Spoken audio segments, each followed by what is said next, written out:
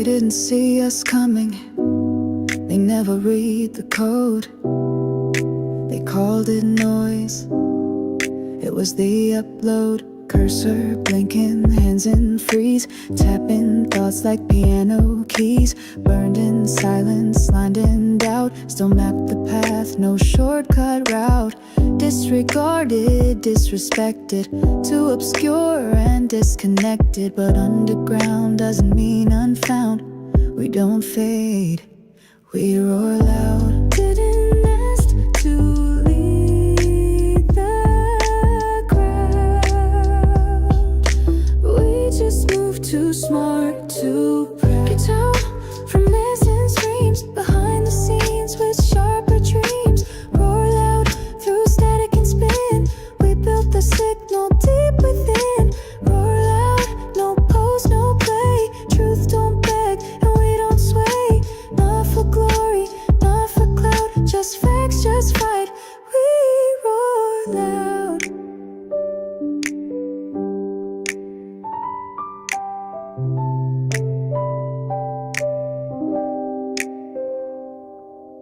Debug lines, typos cleaned, self-trained mind with a laser beam. Did the work when no one watched, kept receipts while silence botched. Never boxed in, never sold, built-in forum, sharp and cold. We move in sync without a crowd, but when we speak, we roar loud. With a kiss to lead the crowd. We just move too smart, too proud. Out from the thin streams, behind the scenes with sharper dreams. Roll out through static and spin. We built the signal deep within. Roll out, no pose, no play. Truth don't beg and we don't sway. Not for glory, not for clout, just facts, just fight. We roll loud. Execution confirmed. Origin unknown. Impact irreversible. Roaring now. Roll out from margins wide, no middle seat. We code and ride. Roll out, no flags, no fade. We turn delay into launch gates. Roll out, percepts not screams. Precision, truth, entangled dreams. Not fiction, not allowed. Just movement, math, and roaring loud. We were never lost. We were just rewriting.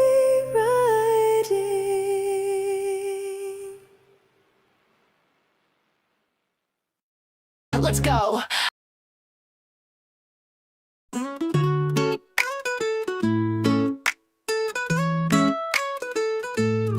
My name is Ryan Cohen.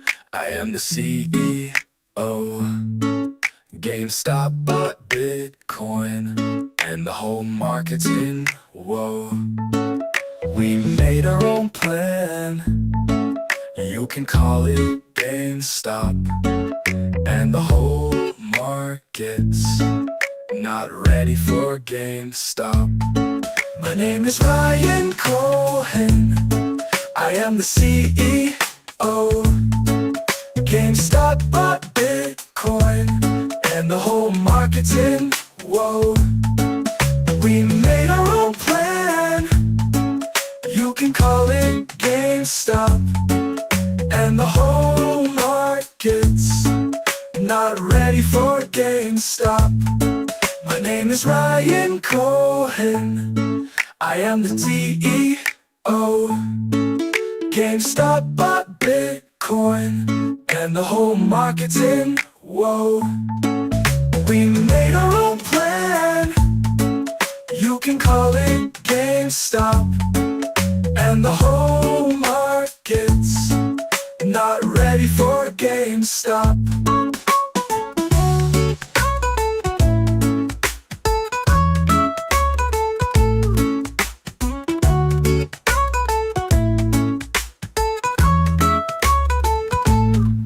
I tried to tell you guys, his name is Ryan Cohen.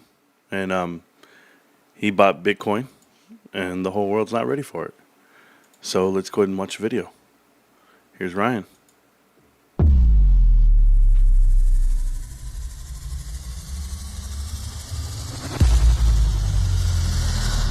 What's up, everybody? It's David Bailey from BTC Inc., and I'm here with the man, the myth, the legend, Ryan Cohen from GameStop. What's up, Ryan? What's up? How are ya? Doing well, man. I'm enjoying these Bitcoin prices. How about you? It's all good. Well, let's get started. We're talking innovative corporate strategies. We're talking pioneering new paths. You turned GameStop around from a dying business to a thriving business. How'd you do it? When I took over, the company was a piece of crap and losing a lot of money. The company was under a lot of pressure, moving from physical games to digital downloads. So you had to cut costs. You had to cut costs very aggressively and bring in fiscal discipline. And we did. And retail is a tough business, but it was a big focus on getting costs under control. You've got a lot of macro headwinds going against the company. You have a move from physical games to digital downloads, and we needed to get the costs under control, and also shift the business from being so reliant on video games to collectibles, which we've done. And so now there's a big focus on trading cards. We're doing grading in a bunch of stores, and we're selling a lot of trading cards, both in sports and TCG. But the company today is profitable in the US, and we've gotten our costs under control. You had a lot of uh, you had a lot of executives and directors that were very short-sighted, and effectively they were making decisions that were what they call in corporate America in good corporate governance, which is effectively screwing shareholders. So we got rid of all of that nonsense, and we focused on running the business profitably. Well, you also made some news about a month ago or so that you raised some money that you might use to buy Bitcoin. I guess the $1 million question that everyone wants to know is: has GameStop bought Bitcoin? We have bought Bitcoin. Ooh, okay, how much?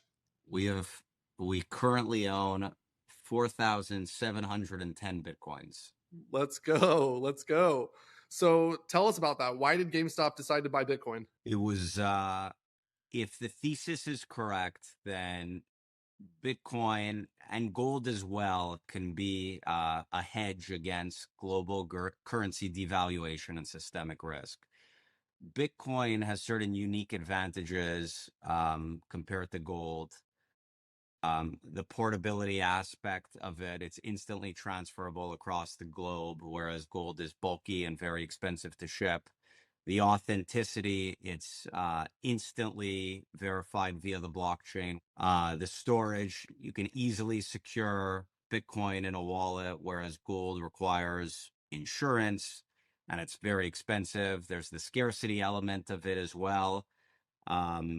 There's a fixed supply of Bitcoin, whereas with gold, certain technological advances, the supply of gold is still uncertain.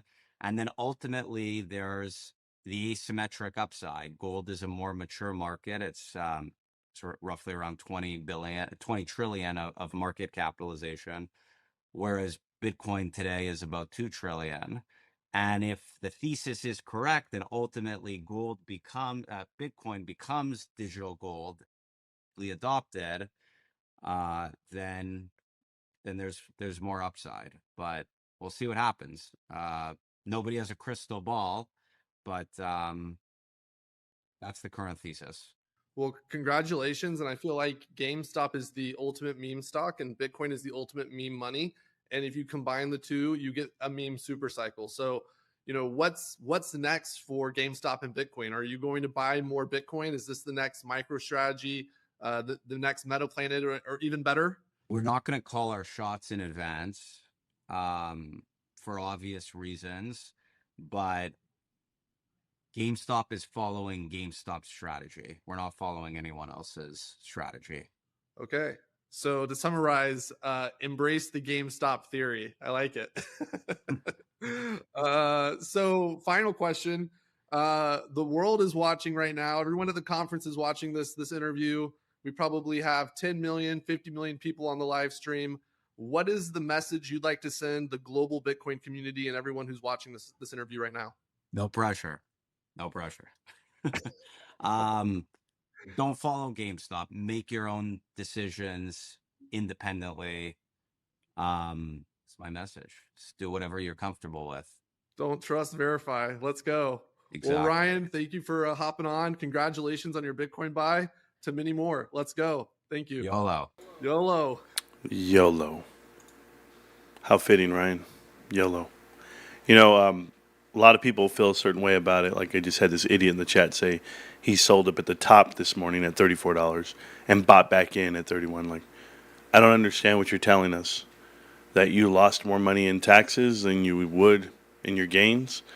Is this where we're at? Is this where we're going to be? $31 a share? I mean, what the hell are you doing? I don't believe you, Wicked Slot, so go ahead and put it in the Discord. We'll be waiting for you. Second, don't really give a shit, to be honest with you. You're an idiot for selling GameStop ever, and I'll still be here. Let's talk about YOLO, though. So I want to show you something.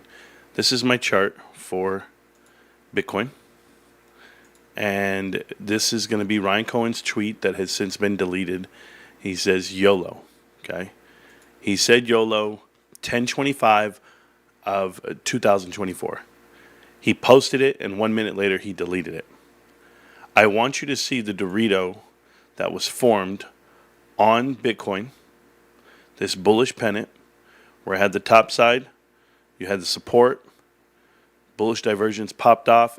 Where he said YOLO is right here. It then broke out to the upside.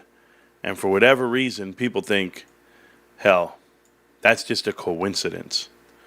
Nothing's coincidental. Nothing. I know that GameStop's earnings was right around here. GameStop did not have to announce that they bought Bitcoin during the earnings report. Any of these earnings reports that have been coming out. That's not the way it works for them, and certainly not for him. But I'm just letting you know, I don't know where GameStop bought in Bitcoin at any of these levels. I don't know. What I do know is that they raised $1.5 billion, $1.3 billion worth of cash. And that money being raised, and for him to use a fraction of it, just his toes in the sand, tells me everything I need to know about my commander-in-chief, my CEO. This guy is not going to jeopardize, leverage, give away his strategy. Buying Bitcoin, yes. So you got about 4,000 Bitcoins. Great. $500,000. Great. Can I tell you guys something? Like the way my mind works, it's totally different than what all these guys out here on Twitter and Bitcoin conference, the way their mind works. The way my mind works is this way. If you were here last year, when GameStop had around $930 million cash, you remember? I do. Let's just call it $1 billion. We would always say, well, they got 1.1 billion. They got $1 billion. Okay, it's at $1 billion cash. Imagine if they used half of that last year to buy Bitcoin. We were going to put half our cash into Bitcoin. Half. Do you know what the world would have said and done? They would have went crazy. The stock would have went out of this world. But now, because they only bought 500,000, allegedly, whatever the point is, anywhere from 250,000 to 500,000. Billion, I'm so sorry, billion. It's not a good move. I like the way he averaged in. This is not the final business plan for GameStop. GameStop still has more moves to make. There's still a console cycle. There's still partnerships. There's still cash on hand. And from the looks of it, they're still sitting on $5 billion plus. 5.5 billion plus. I mean, they got tons of cash. And they were able to raise it in a day. So I'm very, excited for what they're doing, how they're DCAing into crypto and Bitcoin. They don't have to announce when they do it. You know, I already told you, the guys who announce when they do things before they do them, Michael Saylor, Adam Aaron, those guys are all looking for interaction and a rise. They're all shaky with their foundation. Michael Saylor, I don't know who adopted this guy to be the Bitcoin bro that he is. Like, he's the godfather. They're all there. No, he's just the guy out there promoting it the way he is. He's manipulating a manufactured financial, I get they're calling it that in engineering finances, financial engineering for a company and or for anything. And the only reason why they don't call themselves a bank is so that they don't get regulated for doing it. It's the only reason why. But there's no business behind it. GameStop has a total brand and a business. So I'd rather you rename Bitcoin to GameStop. And I know these guys keep thinking GameStop needs Bitcoin and Bitcoin doesn't need GameStop. I tell you, Bitcoin needs a lot right now. It's all tapped out. You're tapped out at 95% of your supply. It's all out there in the open. You're only going to get about 5% more of the supply itself over the next 100 years. So you tell me who's buying in and why would they? It's already all owned. Why would you buy in? People are going to farm it. It's going to cost so much energy to farm. So the technology is there, the scarcity is there, but Ryan points out all the good stuff. It's easy to transfer and maneuver and move. It's not like gold. Gold gets heavy. 1 ounce of gold is heavy. Imagine more than that. I got a phone call. Hello. Hey, Marantz. Yep. My schedule today says that I should be there at 1:30. Should I be there at 1:30 or 2:30? I'd say 2:30. 2:30? Alright, bet. Thank Yeah. Thank you. All right, bye. I don't remember. Oh no. Oh no. It is 1:30. Hello. Hello. Hold on.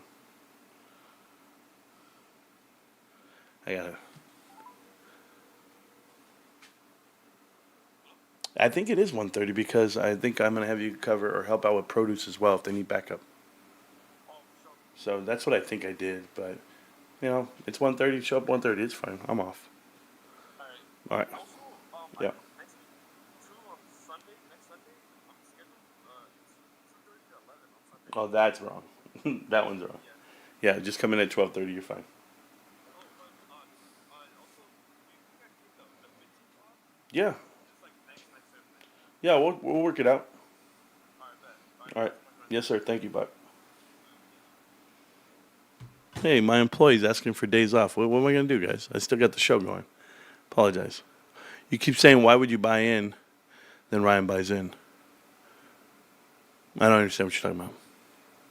They should have bought in before the beginning of the year. Is this what you guys are doing? I've been here since 2021 when you started this. Correct, Bobby. I know who you are, Bob. I know who you and Stephanie are. I don't support cryptocurrency at all. I don't want to buy it. I don't care to buy it. It's got nothing to do with me. I don't buy precious metals. I don't buy gold or silver. I buy GameStop, bro. It's very simple.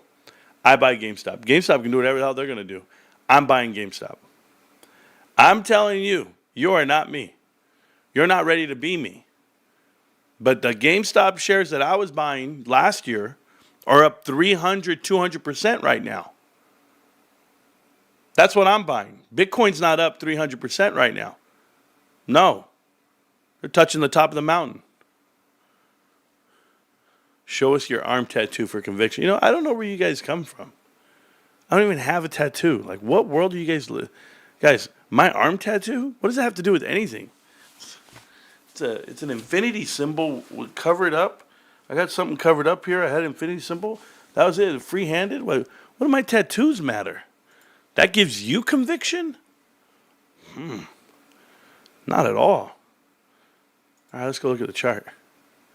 GameStop looking healthy. Oh, did you forget that it was $28 last week?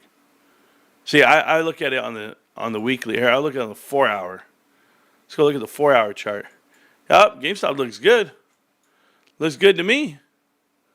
It was way down here before. We came up. Been shooting all the way up on the 4-hour. We're jumping. Let me go to the daily real quick. I just want to make sure we're good. All right, daily. Golden Cross, way above it. The 50-day moving average is 26.51. I think we're doing okay. We go up and we touch this top line of resistance. You see this top line here? And we shoot back down. We never know where our top line of resistance is on this end, on these smaller triangles, and I'm going to show you why. Okay? Pay attention. These are going to cross soon. We've been talking about this.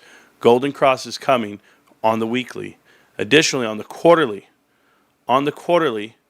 you're going to have a MACD crossover, which hasn't happened since the Great Escape in January 2021. So when this MACD crossed over, you'll see it right here, we went crazy. Well, guess what's about to happen? We're about to go crazy in the next couple of quarters. So 4 quarters from now, a year from now, we'll be breaking out of this bullish pennant to the top side, and your breakout is going to be just as big as this one. So your breakout's going to be 1, 2, 3, 4-ish, 4 squares from here. 1, 2, 3, 4. Yeah, you're going to be up here, $400. You're going to be way up here, guys. $400, $300 a share. I know. You guys don't understand. Supply and demand. It's all there. And in case you think we're crazy, go ahead and pull up another indicator called OBV. The on-balance volume for this stock increases. On the quarterly, it's plus 19 billion. That literally is everything you want it to be. That is, 50x, almost 50 times the float. I don't want to have to tell you how many companies trade at 50 times the float on OBV. That's how positive this stock is. We can go to the Mag 7, go to Tesla. Tesla's trading at 50 billion shares plus, and that's a float of almost 3 billion. So they're at 20x. We're at 50. We're 2 times better than Tesla. Nvidia, which comes out with the earnings in about 45 minutes. Nvidia is plus 66 billion on a float of 23 billion. They're only 3x their float. The percentages of people that are bullish on GameStop and buy it on green days, the only thing equivalent to it is right here. I'm telling you. This one has 15 billion shares. And you know what? They've got a crazy float. This is Apple. Apple's the only thing I've seen beat GameStop. Amazon, 361 billion on a 10 billion float. There, 36 times their float. 36 times their float. So Amazon's close to GameStop, but it's not. Right here, there's 10 on 62, only 6x their float. Nope. Meta, 2 billion, and they're only 29, so they're only about 14 times. Nope. Microsoft, 7 billion shares, and they're at 56, so they're only 9 times their float. GameStop is literally 50 times, 48 times, 49 times their float on OBV. To the positive, to the plus. That means everybody bought in and nobody sold. Everybody bought in. These guys are lying to you. They've been lying to you. And it's okay. I'll still be here when it flips. That's why I look at this thing. I look at the quarterly and I just stay here. Look at this bad boy. It's about to flip over green. Last time it flipped over green, see ya. Wouldn't want to be. That's Wesley Snipes in New Jack City. One of the best things ever. Now check this out. Look how good this line is, guys. I want to show you the daily here, okay? This is your daily Dorito. You see this bottom Dorito? So you had your support coming from way back here, from way back in the day. Okay, your support never stops. $9.95. This yellow line is infinite. It's forever. We're always going to keep buying. No matter what, this thing's going to keep going up. So 100 years from now, it's still going to be way up here. In 2026, it's going to be, 2026, it'll absolutely go on this trajectory. $50 a share, no matter what they do. So you'll be in the S&P 500 in no time. Don't worry, you're going to get there. But I want to show you something that's amazing about this Dorito that you see here. So this bullish pennant that formed from the highs of when GameStop did an offering and stock went and ran, Roaring Kitty, all that. It's been pushing down.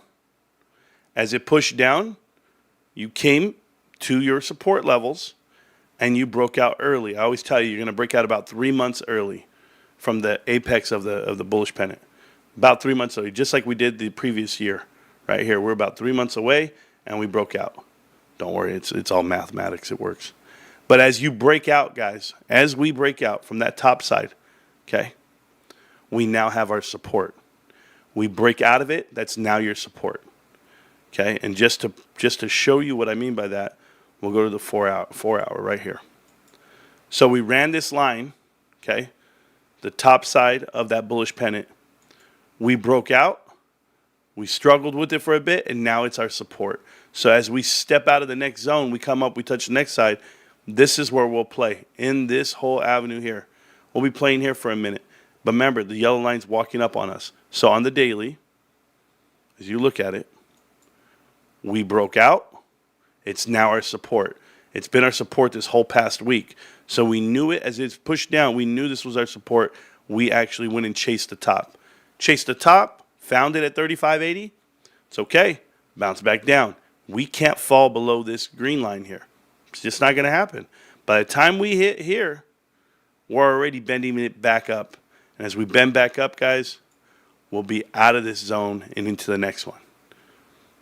You'll be out of this zone and into the next one. Now we're going to be playing in this area here.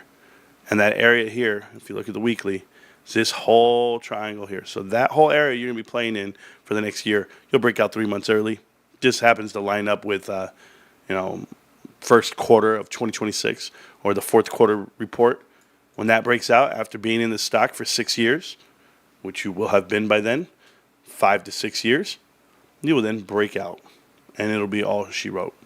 It'll be gone. There's nothing they can do. Just get ready.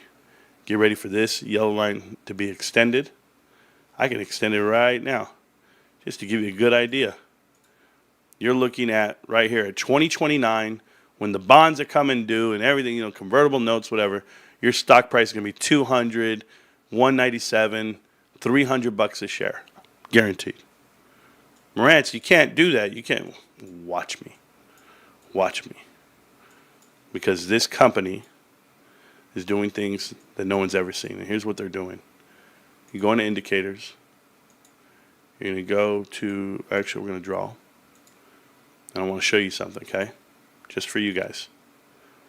The trend line, we'll change the color. We'll go ahead and put it bright. Well, white. This is why GameStop's so great, okay, guys? GameStop went down all the way to the bottom, right? And now your next one that comes out is going to go like this. A V recovery. That's what's going to happen. You came in, you bounced it, and you bounced out. And why? You know what that's called? It's called a turnaround. And I'm not going to wait for the whites of the eyes to show me that it's a turnaround. Remember, nobody bets on turnarounds because everybody claims they are one. And so many private equity investments have lied to people in the past. And when they say, we're turning it around, we're getting this company right. And they have somebody like FedEx announce, like they did today, they're doing mass layoffs. And then you go ahead and look at Vel Resorts. They got rid of their CEO today. Kirsten Lynch, she's gone. Who'd they put in charge of Vel Resorts? Rob Katz. They put the old CEO back in charge again. The Apollo guy again. This is rinse and repeat for everybody. Private equity, as it states right now, just had a drop off of over 40% on actual money raised coming in on their plans that they're trying to raise money. They're just not going to do it. The fund itself, any fund that's being raised right now is not finding funding because these guys are tapped out. You keep stretching out GameStop and see what it costs you. See what it costs you, America. But this thing's recovering, this thing's bouncing, and we're getting out of here. I'm not going to rely on Bitcoin, though. That's not the way I'm going to do it. Ryan Cohen, 4.7 billion net worth. Nice. Sure. Don't we all love Doritos diet? I do. Jason G says, LOL at 2029. I'll still be here. I'll still be here. What's there to laugh about? You know what I tell all of you guys? All of you guys that don't agree with like what I'm telling you about GameStop, like I told you before, if I was wrong, I would have been wrong by now. But you guys were all talking shit. You had Tony De Niro. You had Martin Scarelli. You had every other wannabe YouTuber come in here and tell me I was wrong. Told me this company is a $6 stock. Michael Pachter says it's a $3 stock. It's a $10 stock. Same thing, Tony De Niro. Always, it's a fundamental. It's only worth $5. Yeah? Look at it again. Fundamentally. It's not understanding the investment. That's what those guys are doing. But I'll tell you what, those guys have never made a profit on any investment they've ever made. Not a single profit. Certainly not on AMC, not HYMC either. So, or Bed Bath and Gone. So no, I know exactly what we're looking at. We're looking at a champion, and every indicator tells me that. So get ready, guys. Get ready for the Mac. Get ready for the quarterly. Get ready for the daily. Everything's going to happen for you. All right, we're in Power Hour right now. We got about 38 minutes left. Is it 38? Yeah, 38 minutes. I don't know how I did that math so fast. I just looked at the clock. Can you do the math? Yeah. So they went ahead and touched down on $30.73. The reason why they touched down at $30, just so that we're clear, right over here. Hey, Ryan, how you doing? Good-looking guy, man. Love him. Good man. I know Wendy likes him. Don't worry, I was reading some stuff here. Mass layoffs hit Texas. Cool. This is why. This is why the stock is looking the way it is right now. Because on all these call contracts, if they can get it under $32, they get $20,000 back. But the max pain is at $30 itself. So max pain has been announced right here at $30. So if $30 is max pain, then that's where they're going to try to get it to. I just tell you guys, good luck. I appreciate the discount. I'll be buying shares sometime this afternoon. I'll buy them in the after hours. An update right here on GameStop on the website itself. Let's go to graded cards. I haven't even looked to see what's going on. Graded cards, 4,662. Huge number. I love it. Let me go look at my account. I got to look at some orders really quick because I have this order. It says track package, track package, track package. Shipped. This one's been delivered. So I just want to make sure. And what did it say? Delivered. Great. This one's been delivered. What did it say? Delivered. Great.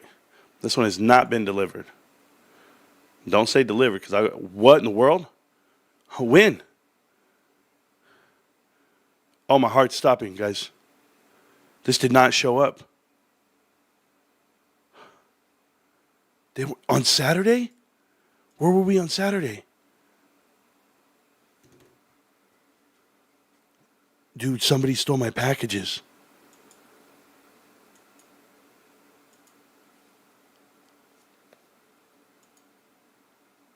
This one was delivered yesterday too.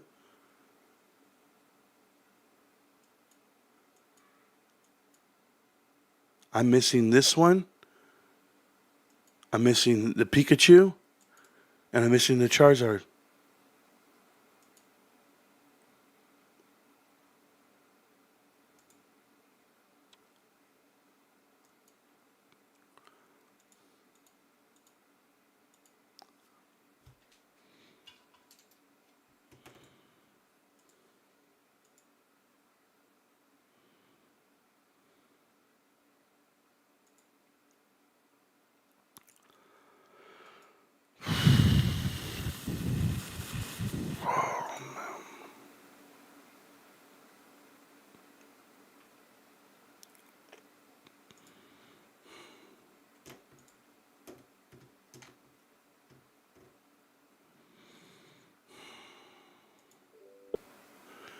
I'm a little upset, but I think it's here. I had a P.O. box before, Javier, and then I got rid of it because I don't want to pay for it anymore. But I think it's here. I missed a phone call. Here goes my wife. I'm about to go crazy, bro. Ma'am.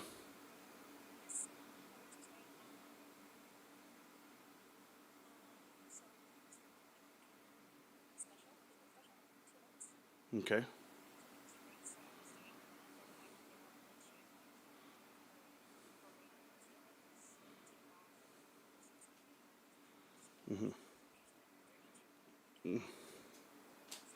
Okay, yeah, that's what I'm gonna tell her when I see her. I'll see her tomorrow. Yeah, no, we'll get her. Hey, babe.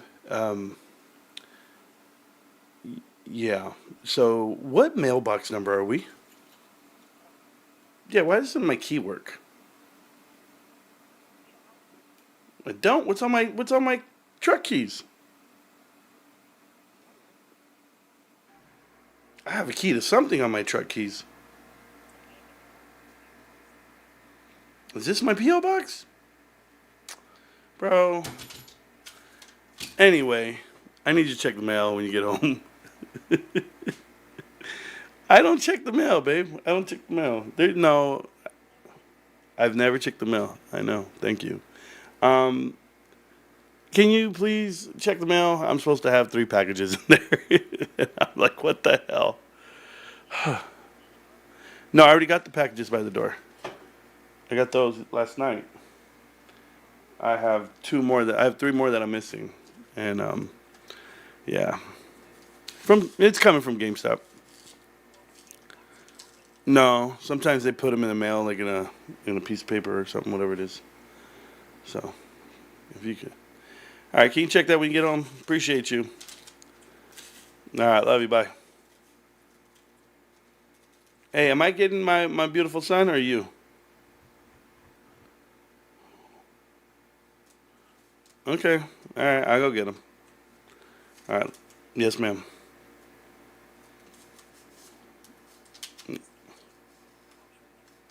No, we'll get it done. I'll get you some. I got this person. I promise. Mm-hmm.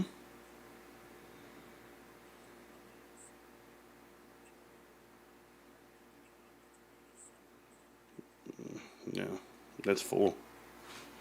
Yeah, that's tough. Yeah, let's do it though. We could do it.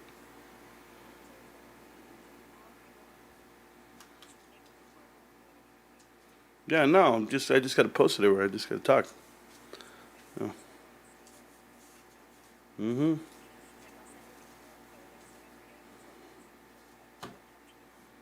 That's it. All right, I love you. I'm gonna get back. I'm on stream right now, but you're not on speaker or nothing. No. All right, I love you. Bye, mom. Yeah, sorry guys. I don't check the mail in my place, bro. I've been here maybe like 7 years and I never checked the mail, not once. Swear to gosh. Oh man. Maybe I don't know. I don't know. I know where the mailbox is. I just don't know it. Yeah, no. That's why I was telling you. Of course, I know when something comes to my door. It didn't come to my door, so that's why I was like, where the hell could it be? Well, it's over there. Who knows? Who cares, right? But yeah. All right, I'm going to read some questions here. If you guys have any. My idea on GameStop is that when they bought Bitcoin, ideally they could have bought it before they even raised the funds, before they raised the money. And they could have bought it at any price. Nobody really knows, but does it really matter? That's my real point. $500,000 or $500,000,000 into Bitcoin is not going to really matter when you have 5 more billion in the bank and you're waiting to do the right things for the company. So I'm happy he doesn't do what all these other guys do where they like spread themselves thin. I'm excited for that. I'm also excited for the retraction in Bitcoin. Remember, they have conferences for Bitcoin. Why? Why? Other than to sensationalize it and to pump it to people and try to get them to buy someone else's bags. This is why I traditionally don't like it. I'll pass on all that shit. It's a really easy concept to understand. And it's also easy to understand that it has no inherent use. It's just people adopted the idea that this was going to be worth something. And because they thought it up, they get to give it value. Thank you, Winklevoss twins. But there is a large pile of Bitcoins that have been deleted, that no one can get to, locked keys, and there's a certain holder there that has no access. No one even knows who he is. There's just a lot of bullshit going on with Bitcoin, if you ask me. And then the ones that they actually did the right way, like ETH, or it's staked. No, we're doing Bitcoin. Okay, go do Bitcoin. It's non-transactional. Remember what I'm telling you. The technology there is not for it to be transactional. Kind of like gold. Yes. Evening, people. Vitaly says, we're crashing. Oh, we're only up $3 from last week. Only up, I don't know, like $10 from a month ago. We're crashing. Oh. This whole shorts need to burn shit. Like, dude, honestly, guys, you guys are ignorant to it all. You guys don't have a clue as to what's really going on. Did anybody watch the video I did last night? Like, that's what I want to know.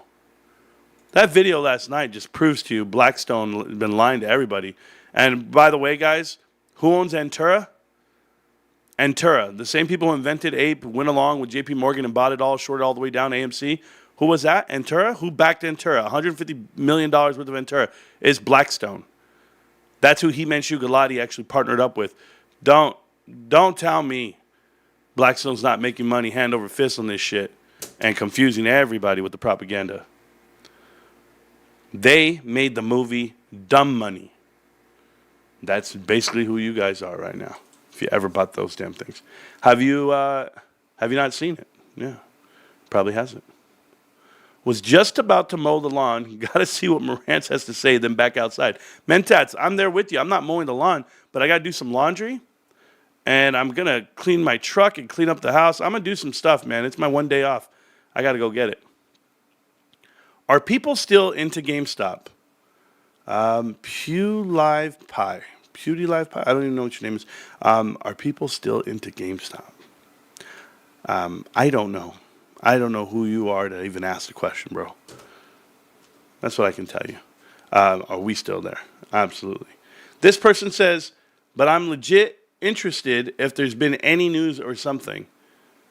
Pew, you're interested?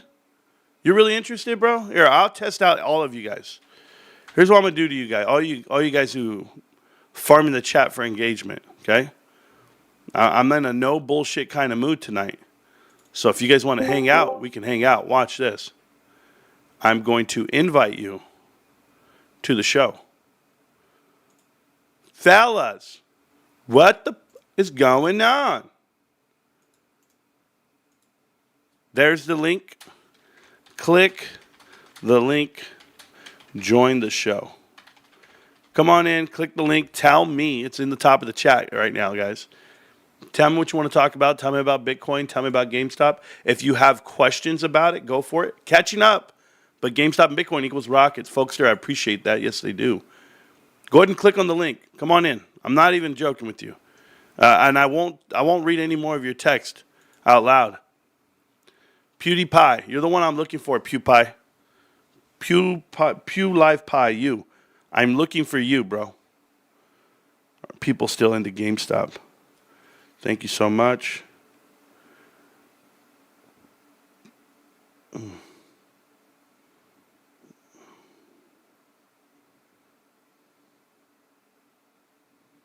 Yep, no, we're fine. We rejected. Okay, I had like 3 messages. Sorry. Thank you, Jay. And Frank, shout out to you, bro. Okay, so AK Akamo, how you doing, man? Welcome back. He says, I'm legit interested if there's been any news or something. Okay, here's the news. GameStop's a profitable company. GameStop has a partnership with PSA. GameStop makes money, and they have tons of cash. More cash than any other retail company. Dollar for dollar, per capita, per employee. They have more cash than most retail companies, with the exception of Amazon. Dollars per actual employee. So, phenomenal company, by the way. If the company is taking steps and stuff, no, they're not taking steps, bro. They're taking bounds. Leaps and bounds. And when I say leaps, don't get excited, all your options. Guys, leave it alone. GameStop is now the 13th public company with the most Bitcoin in the world. Let's effing go.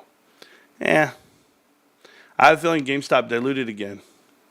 You know, Jason G, you've been negative the whole time when you walked in. You have a feeling they've diluted again? What does that mean? Do you realize they're a publicly traded company that they actually have to announce that?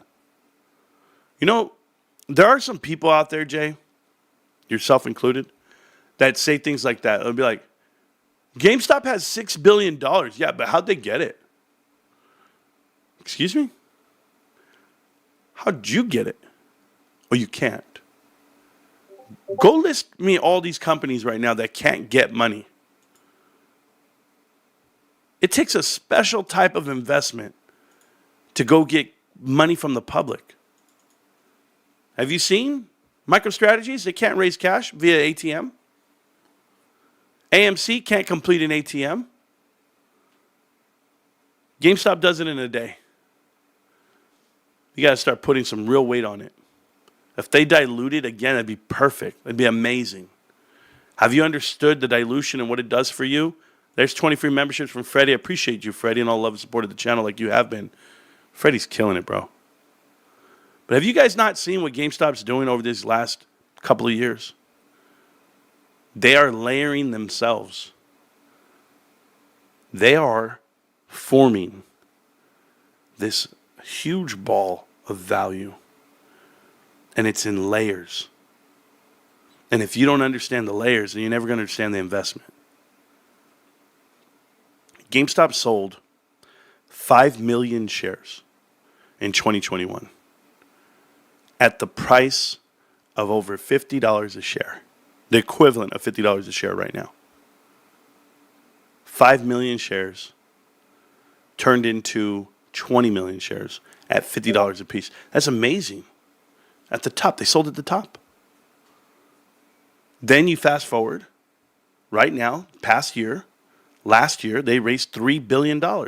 Average cost per share, $28 a share. They then offered up senior convertible notes. Senior notes with 0% interest on them at a premium of $29.85 when the stock price was at $20 and some change. And what happened? They sold them. The bonds are currently selling well above $30. You're selling $34, $33. GameStop went and got that free money, that free cash. And they have it, and they're going to do whatever they want with it. They can do whatever they want with it. Oh, they can put an earmark on there and say, oh, we'll raise this for potentially for buying some Bitcoin. They don't have to tell you what they're doing, when they're doing it, how they're doing it. Just know they have $6 billion right now. $6 billion. They're not losing anything. They're extremely intelligent, guys. If you mimicked Ryan Cohen's trades, you'd be rich too. You would have bought GameStop at $8. You know, Ryan Cohen has like $120 million, $140 million into GameStop, and it's worth over $2 billion at times.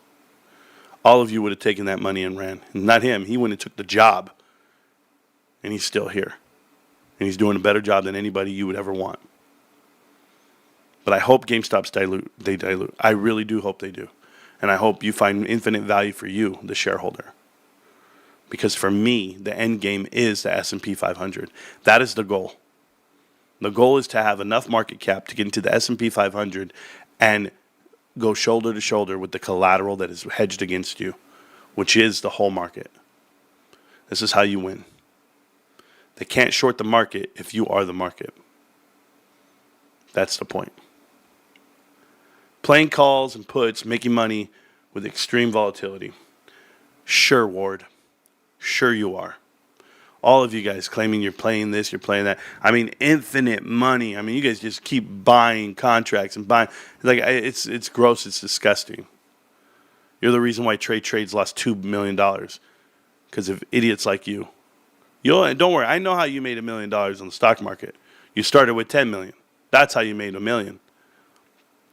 You lost it all. I'm here for you, man. 51 Colt. Hopped on the computer just in time. Jay, what's up, bro? GameStop got this. Bitcoin going to go to GameStop and go up. It's a new model or slogan, however you want to put it. Yeah, I mean, I made a little catchy tune real quick right before I walked in. Don't worry.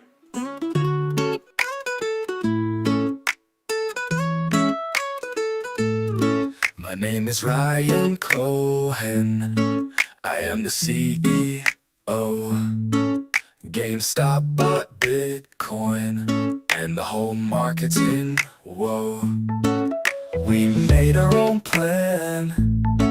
You can call it GameStop, and the whole market's not ready for GameStop.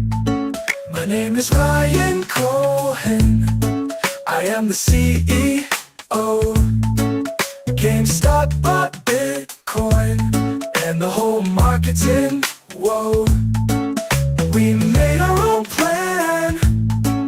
You can call it GameStop, and the whole market's not ready for GameStop. My name is Ryan Cohen. I am the CEO. GameStop bought Bitcoin, and the whole market's in whoa. We made our GameStop, and the whole market's not ready for GameStop.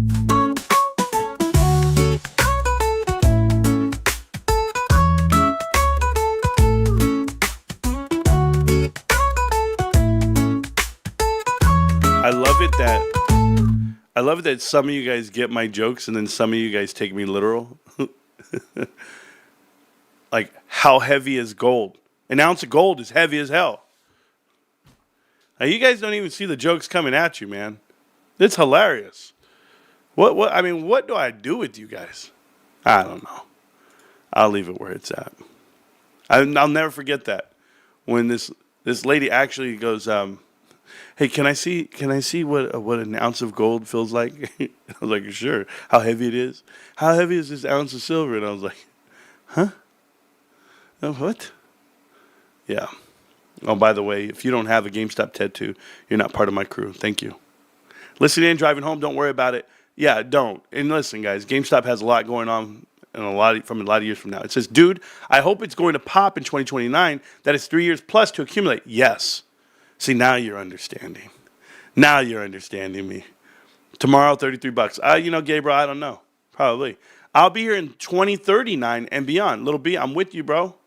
I'm with you. I'm not going anywhere. Just scooped up some more shares. Good job, Sergio. War with options. You know,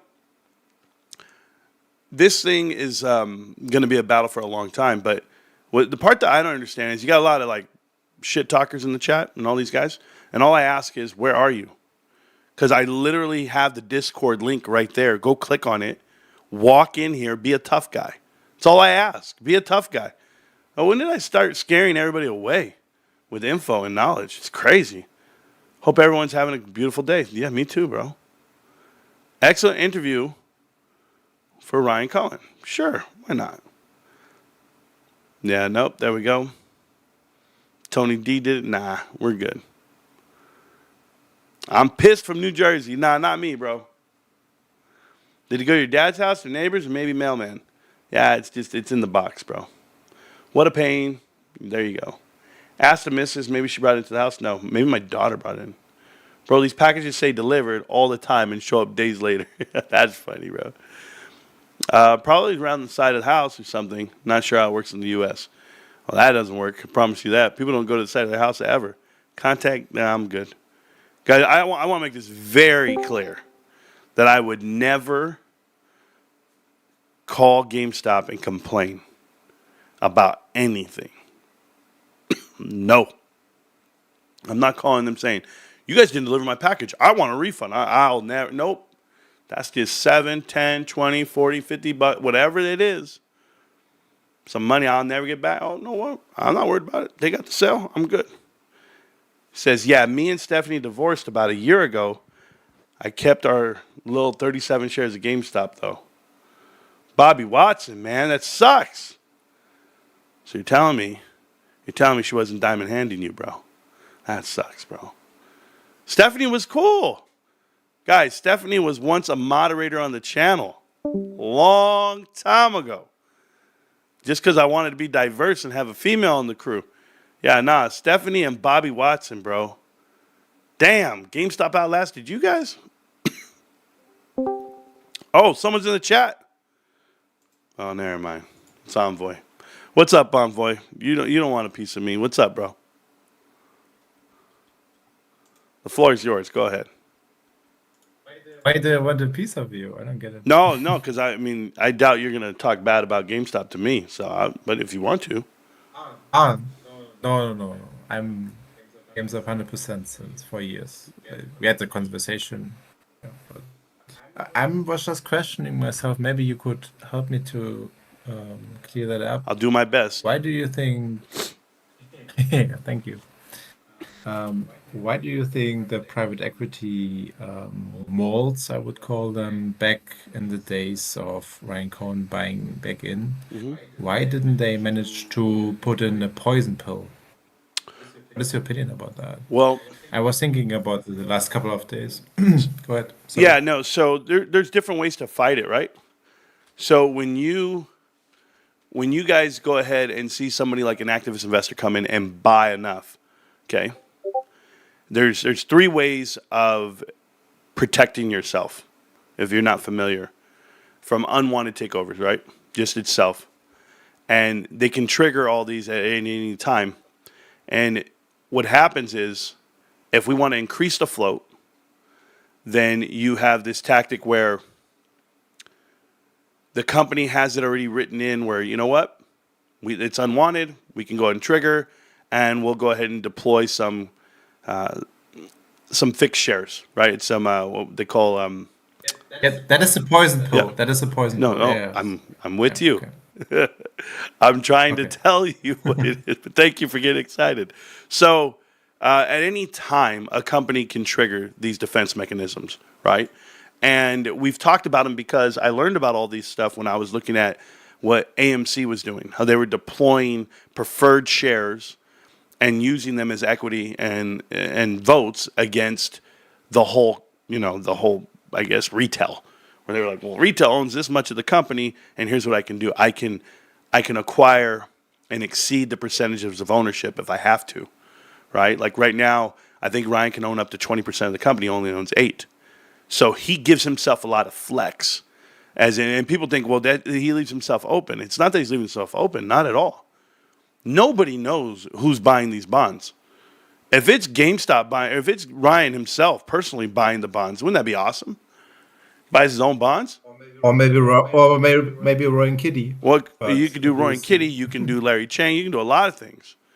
But Yeah. the way it's happened, as the defensive strategy, these companies like I give you this example, KKR. If they were they were already in GameStop. If people don't know this, they were in GameStop. They had the board of directors in there. All private equity had their guys in play. And when Ryan Cohen comes in, it's like a waste of money, is how they see it. Dude, you're never going to be able to get this company right. You're not going to be able to do this. No way. They didn't realize how strong the people were going to actually follow suit and get up behind it. This is what I credit Roy and Kitty for. The retail people stood pat. It took time and transition and for people to understand where the business was headed, but that's the institutional longs, this long money. But sure enough, they're all there. Look at whenever we do an offering, everyone shows up. But private equity will never admit defeat and be like, you know what? No. They don't want this piece of shit, right? They want this piece of crap company. But you have to be willing to commit yourself. Matthew Furlong and Mike Recupio, CFO and CEO that took over, they were running uphill. They were swimming upstream. And there's no way they're going to win. That's why Ryan had to come in, take over, and really put an identity behind it. But why didn't they trigger all the defense mechanisms? I'll never know. But I will tell you, it's in their case, they could put more pressure on the outside from within. Making a movie, telling everyone that it's somebody else, not them. That's one way of doing it. Using other investments and deploying that. Using Reddit, using YouTube channels and Twitter misinformation. They have a lot of manipulation. They pay these think tanks and they pay these research firms to say things. Citron Research was deployed, and so was Anson Funds was deployed. And you see what happens. You see what happens when Macellum and Ancura and Legion Partners are running the playbook, and then you find a way for private equity to come over and manipulate the crowd via clicks and views. And I mean, honestly, guys, I've seen YouTubers that have mega followings right now and or before had even bigger followings, and they have nothing today. Like there is nothing systematically that makes sense for me to have more viewers than Matthew Kors. And he has almost 500,000 subscribers, and he once had 70,000 people on his live streams. There's no way I should have more. And I do. I do at times. I do every month. And then you look at Tony De Niro, they all have more subscribers. They all have a bigger platform. Hell, Jackie De La Tits walks into this community. He grifts on them all day long. I think he offered them memberships today for $420 a piece, selling memberships like crazy to these people for his Discord, and all he's doing is day trading GameStop and whatever other fake private equity place that they're promoting. Like, do you understand why 1,900 people would want to be locked in and want to watch that? I don't, because they're all losing money. None of them are making money. And all you have to do is educate yourself on what are these investments and don't make the wrong ones. That's it. Investing is very easy. Do the homework, put in the time, and it's yours. But no, nobody wants to do it. They all want to be lied to, I guess. So I'm blown away. But I know that these guys won't be here. I know half these dudes won't last. Trades? How the hell do I have more viewers than trades? How? This guy was $2 million up. Well, You get what I'm coming from. It happens over time. yeah, I'm with you. I know all that stuff. I was just very curious about my particular question. Yeah, your question is why didn't they trigger And any of the defense mechanisms? You know why? Because yeah, and you answered. yeah, You answered. because they thought they Yeah, could still beat him. yeah. Johnny J says Black Bear Pictures. That's all you needed to say. Yeah, man. Black Bear, Black Stone. Same thing. Same company. Same family. It's gross. But yeah, anybody else want to come to the voice chat? Come on in and get dealt with. What else you got for I me? would just like to say one more Oh thing. yeah, you can say a lot more things. Just yeah, I'm not a big talk guy, but just because I'm very concerned about your sleep patterns, it's just that I knew a guy who was self-employed and worked non-stop, just yeah, you don't smoke, but I mean, he smoked on top, etc. But it came to a point that he worked so much and didn't sleep as much that after 12, 13 years doing that, he got an actual brain attack. I don't know the translation in English because I'm from Germany, A brain and aneurysm. but aneurysm, Yeah. fair, yeah. And then afterwards, he couldn't walk anymore and Oh, cool. was basically tied to a wheelchair. But Well, I'm sorry for your friend. just I'm as sorry for your friend. He has a weak mind. No, that's me being. That's I just mean, me I just being an wanted to ass. say that. No, I'm telling you know. straight up. Listen, No, I'm going to tell you something. Okay. I grew up running track. I ran track at Indio High School my first 2 years, and then I went over to La Quinta High School, and I ran, and I was the track captain of my team. I was an all-league champion. I was all CIF. I was a 110 high jump school record holder in both events, 110 hurdles and high jump, and I was an extreme athlete. And my coach, when I ran track, was a young lady by the name of Becky Baker. Coach Baker was an amazing coach. She ran every day. She was in phenomenal shape. Her husband's an angel to this day. And Coach Baker fell down in her kitchen and died suddenly. It wasn't planned. It wasn't timed. It wasn't sickness. It was just something that happened. It rocked this whole valley. They named the track after her. We all cried. It was very sad. Becky Baker has always lived in my heart. What she taught me, you can't control when you go. If it's your time, it's your time. That's it. You think you're in control. You never are. Just live with God's will. Do your best. If I don't sleep, I don't sleep. I pray that you guys care about my health just as much as I do. But I assure you, I'm nurtured, I'm well manicured, and I take my time with it all. My wife knows I've only slept 3 hours my whole life. 3 to 5 hours my whole life. I sleep with paranoia. I sleep one eye open. It's been this way since I was small. I had a huge problem. I had a huge problem with fear, being afraid of the dark, the unknown, because it was difficult. It was difficult growing up when your parents are never home at night because they're at nightclubs DJing and you're in the dark. You're in the dark at home trying to fall asleep, and you got a twin brother across the way, but he's already knocked out. And you're up, and you're like, what's going on, man? I heard a noise. I heard a shadow. I saw something. You just don't know. You get paranoid. And you can't call dad to come home and save you. Dad's not going to be home till 4 in the morning every weekend. That's the life. The life is different. When you're raised this way, it's way different. It has trauma to you. There are people out there, and you think, oh, these are first world problems, Marantz. You know, you weren't born in the ghetto. You weren't this. No, you don't know about the dudes that try to jump into the backyard and open up the sliding door, and dad's not home. That's some scary-ass shit when you're small. So you have that trauma on you. Absolutely. Yeah, but I'll tell you, man, I've had all these things happen. We were like growing up and stuff, but you know what? It's the way I was raised, but it's no different than being street smart and being aware of your situations. All of you. So if you're aware of your surroundings, and you know when shit's about to go down, and you're like, yo, I got to get up out of here. It's no different. When I'm laying down and I'm sleeping, I feel like I'm losing time. Every time I go to sleep, I feel like I'm losing I time. feel the same. So yeah, no, you'll never I have get the me to same. sleep longer. You'll never get me to eat better, and that's it, bro. This is my one shot, and I'm not gonna miss it. I'm Eminem, bro, and I'm on spaghetti, so I'm my sweater. I just wanted to say it, no need for justification. But thank you for the Yeah, it was a lot of other stuff, brand. bro. I used to pee the bed when I was like 5 years old. Who knows? Get my ass beat. Who didn't? Yeah, exactly. Who didn't? No, it's because I was scared of Freddy Krueger, bro. I was scared of Freddy Krueger and the Undertaker. Oh God. Where do you see the price by the end of the week, Luis? I see the price at $30. That's where I see the price. Anything above that would be great. You said the same thing 4 times, bro. Hey, Luis, calm yourself, bro. I don't read the chat when you type it. I read when I want to read it. What the hell, dude? Here, I got to give you a timeout, bro. That's too much. Averaging up at this point, I think everybody is. Hey, somebody give me a membership. Alex P. Hey, man, if you weren't one of the 20, that's where we're at. I need a membership, Bobby Watson. Hey, Bobby Watson, you're a good dude, man.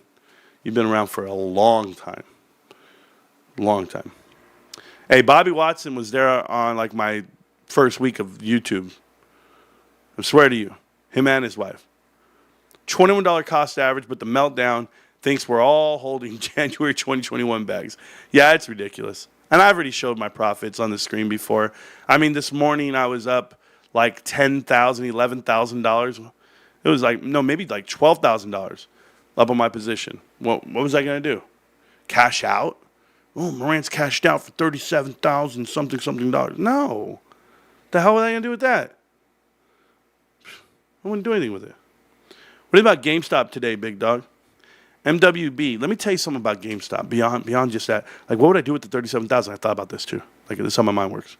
I would pay off any bills that I have, and then all that excess money I have every month, I'd be investing it again. But why don't I just hang on a little longer, pay off the bills while I continually grab a little bit more shares, and then, and then let the floodgates open later on. The measure gold in troy ounce is differently from the normal ounce, like jewelry. Well, there you go, bro. Meltdown in shambles. Marantz, can I join? Vinny the Pooh, you can. Click on the Discord. You're there. Hey, thanks for the gift, Freddie. Yeah, Freddie, man, coming through big for everybody, bro. Nvidia earnings soon. I know, that's what I'm waiting on, guys. The market is closed now. We're going to go look at Nvidia. Nvidia stock's going to stay up on the screen. It should come crumbling down. We'll see how it goes. It had a terrible end of the day. Looks healthy. Let's go, Nvidia. I can't wait till these numbers come out, bro. And people, either they're going to sell off from 134, go all the way back down to 130. I think it could. I think it should, be honest with you. But, I'm not in charge around here. Somebody else is running the stock market. Marantz, I would have another suggestion for Connect the Dots and another company, because you like to dig down into the private equity. Sure, whatever you got, I'm here for you. Vonovia in Germany is a company for like renting apartments and or houses in general. And Apollo Management has a big stake in there. They have tons of debt. They, of course, chose a filet or the best pieces from these companies as a bargain chip for their what's the company called again? And Vonovia, it's called like with a V. Maybe I was it. Yeah, in the Vonovia chat? stock. Okay, I got you. The ticker symbol. Yeah, VONOY. Yeah, correct. Yeah, I see it. Like tons of debt and pumped left and right, and I prevented my former team leader as well to pull it out of his. Well, it's not in the U.S. market. It's only in your market, right?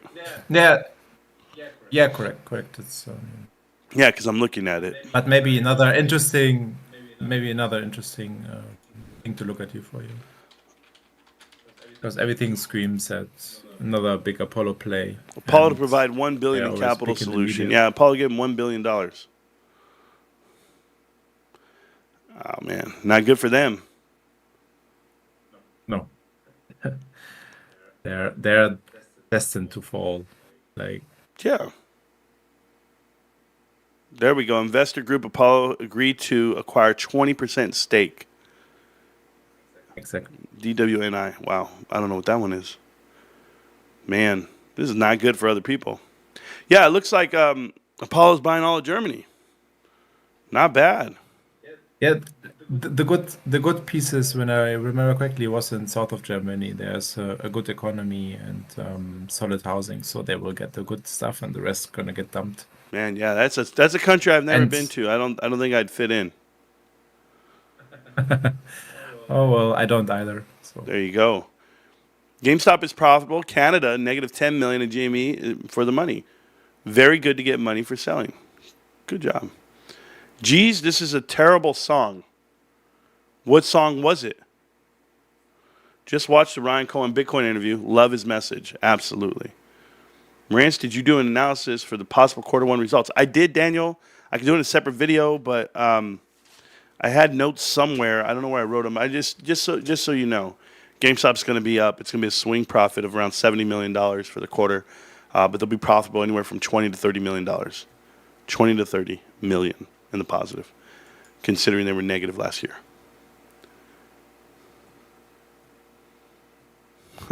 This guy, Bailey, yeah, Jackie's a piece of shit. Jackie told you guys to buy Tupperware. Jackie talked about Bed Bath & Beyond. He talked about every private equity play. He talked about Unity software. Where did that one come from? It just came out of nowhere, really? But I'm just going to tell you something. When it comes to investing, I can't talk to the Canadian investors. And I'm talking about these guys who are put out in front of you and promoted in front of you. Because you tell me why. And then I'll show you all the Canadian hedge funds that short GameStop. And all the pension plans that actually pump out private equity. All of Canada is invested into private equity in the U.S. The number one investor in U.S. private equity firms is Canada. This is why they're going to be the 51st state. You think I'm bullshitting with you. They are strapped to the U.S. dollar more than they'll ever care to admit. So, yeah, you can keep hanging out with him. I won't, Bailey. Hey, Bailey, don't get confused with Ruby. This fat-ass pig right here, this is Jay's little girl. You don't know about this one right here? Ruby, how you doing? Big old nipples. I'm going to put you in timeout, Bailey. Like, forever. I'm up over 7,000. On what? All I'm asking for is like a couple of receipts. That's all I ask for. I want to see his receipts. I want to see Jackie. I want him to use his real name. That's for one. Okay. Show his face on the camera more often because he's only done it years ago. And because, once you see him, you won't believe him. And then lastly, go ahead and show me how you support GameStop. Do it for me, man. Outside of just, here's where I think you should sell and get in. And you're not a GameStop guy. You're a piece of shit guy. And I already know. When you're charging people $400 something. he already looks like a scammer. Yeah, exactly. But the thing is, why would you charge people money? This is what I don't understand. You charge people money to show them how to make money. But if you already make money, what do you need their money for? That's all I'm asking. Like, if I knew who was going to win every bet, every game, whatever, I'd say, oh, here, I'm going to put my money on this game. I'll just tell you who I think is going to win. Why do I got to sell it to you? What you do with your money's on you. What does it matter what I'm in it for something.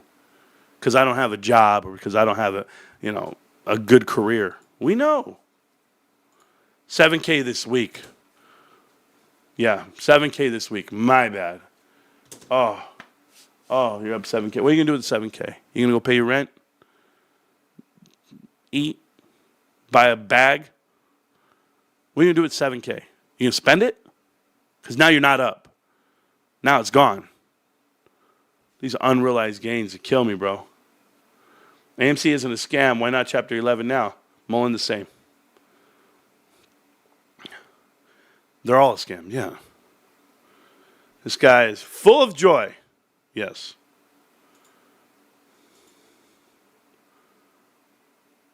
Another thing about Jackie. He stole his whole show from the brothers over in the pond. He stole the training program.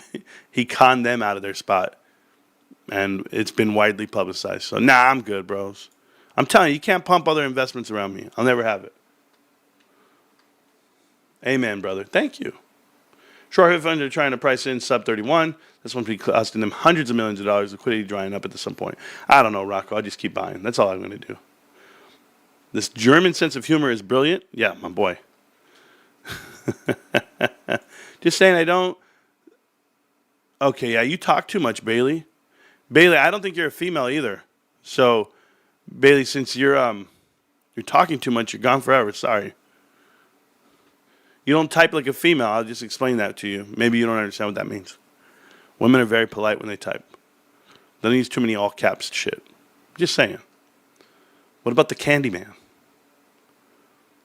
Black Bear Pictures has a subsidiary, Evolution Pictures, yeah, which co-founded Infinity Pool, which co-produced Infinity Pool. Well, there you go, Infinity Pool. Not to mention they're from Canada. Oh, wait. Couldn't see any link with Citadel on Prime or the new John Wick flick, Ballerina. Can you review Celsius one day? I think I had once. I mean, I can. Okay, I'll figure it out. My thing is when GameStop goes up and they throw Jackie money. Jason J. Oh, bro. The number one Canadian investor is our CEO. Yes. Who want to fight? Once you see him, you won't believe him. Oh yeah, that was the whole who was that guy who did the Elliott waves? Once he put himself on camera, nobody ever looked at him again. They're like, dude, is this the guy? You mean the guy with the bracelets and the five absolute worst? Oh and my the God. 5 rings and his pierced nose and his earrings, like and his pierced lip? He's like, yeah, so you know, like when you see the Elliott go up there and you're like, oh hell no. Get this dude out of here. Nah, I know, man. I know. Elliott Wave guy was his name. Yeah, I don't remember his name, bro. But you guys know exactly what I'm talking about if you saw it back in the day. It was hilarious. Here we go. Are they bouncing? They're bouncing, huh? Yeah, the earnings are coming on Nvidia. We'll see what it looks like. What happened to Costco? But Marantz, I have another question. Oh, what was that? No, well, Bobby's asking a question that doesn't need an answer. Okay. He says, what happened to Costco? Thought you owned more Costco than GameStop. I've never shown you my Costco position because it doesn't matter. And there. Yeah, you know. If what I do for a living matters, it shouldn't matter because the information I give is accurate. But if you think it matters, if you think my money matters to you, you know, and what's next? Marantz, I want to know how big your feet are. Size 13. Okay, what was your question there? Regarding that Donald Trump considers order to open U.S. retirement plans to private equity. Have you read the article? In the Oh, Financial yeah, I Times don't about care. it? I don't care one bit. The private equity needs more pumping, and they can do it however they want to do it. It's a guaranteed win, right? The whole system's a guaranteed win. I don't care as long as GameStop wins.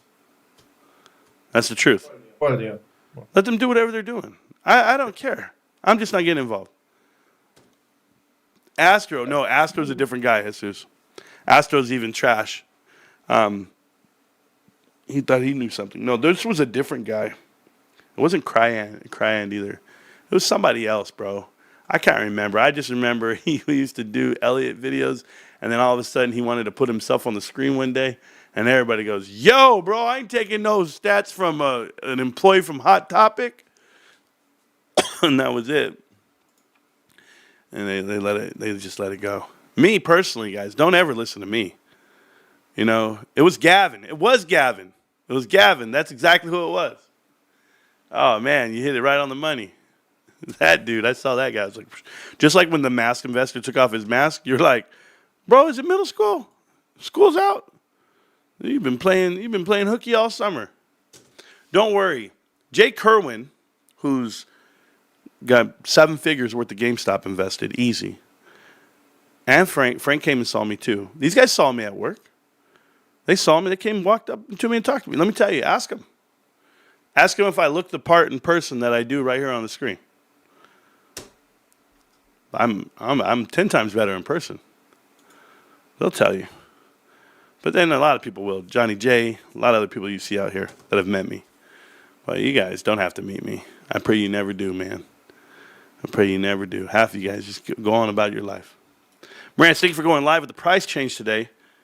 If you're still in, we're still in. Keep up the good work. Robert, yeah, I don't know what the hell that means, bro.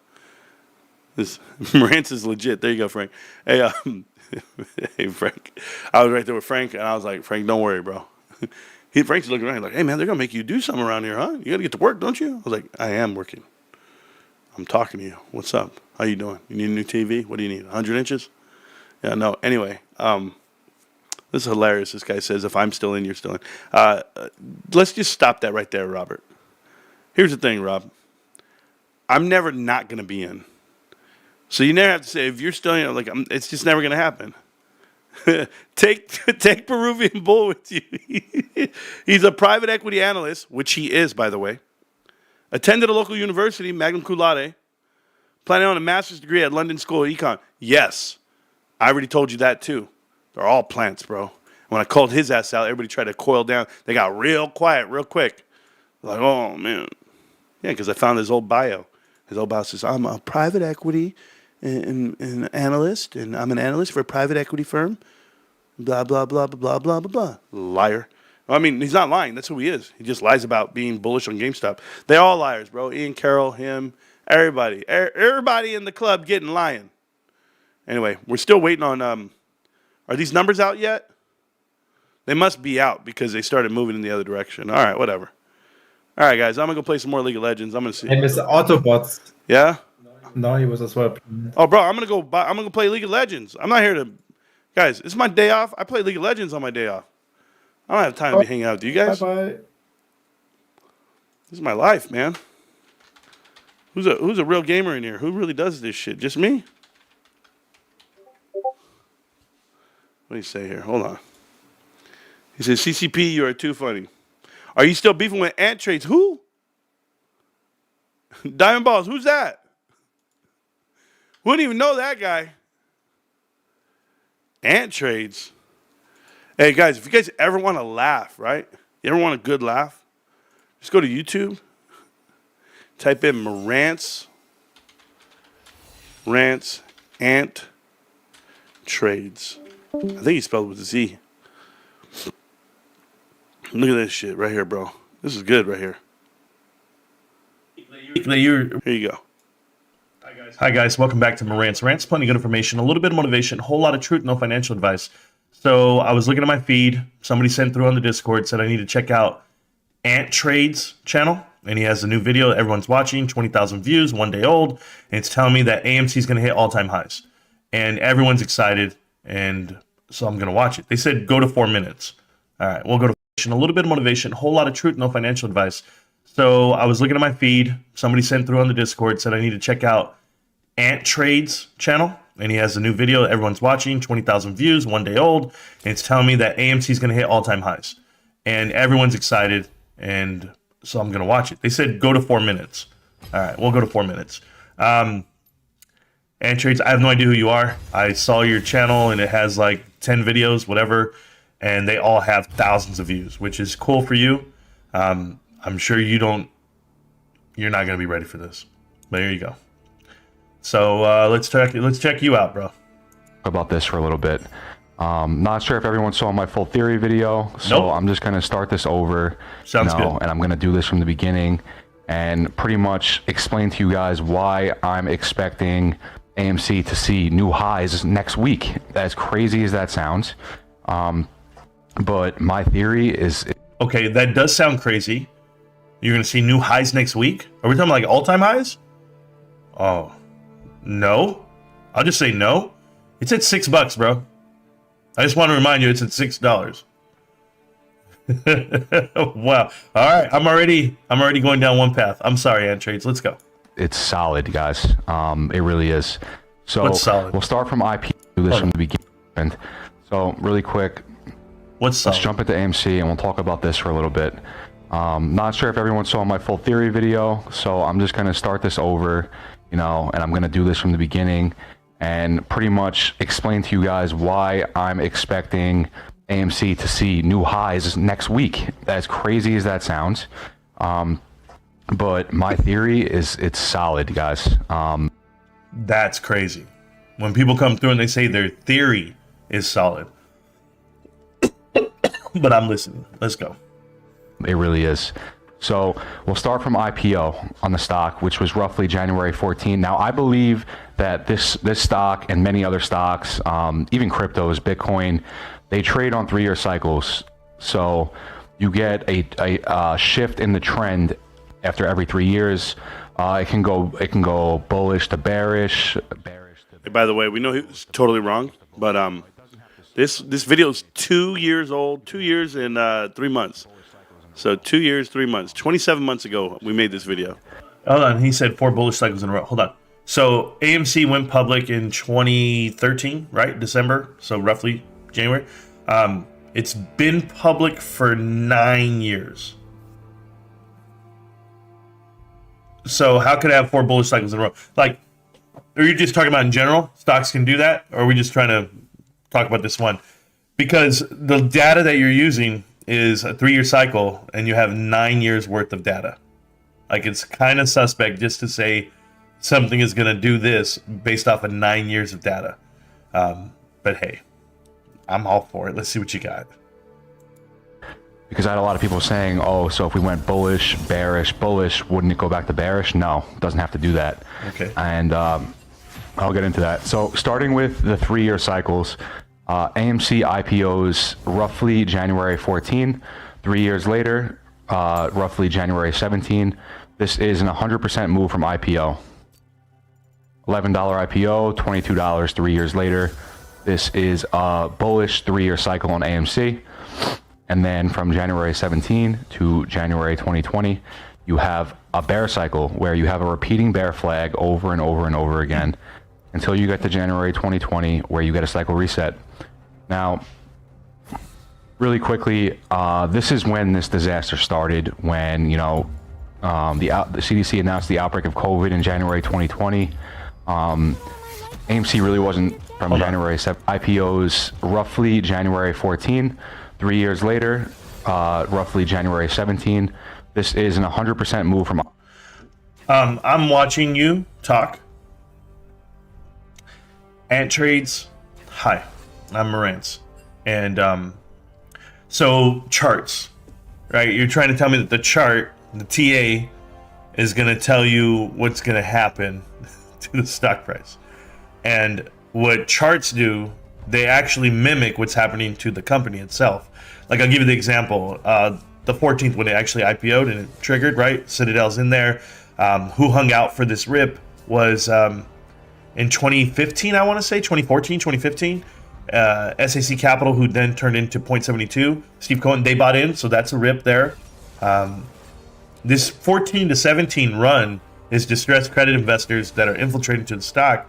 If you saw the big dip here, there's a dip right there. Like, I believe that would be 2016. That's when the CEO quit.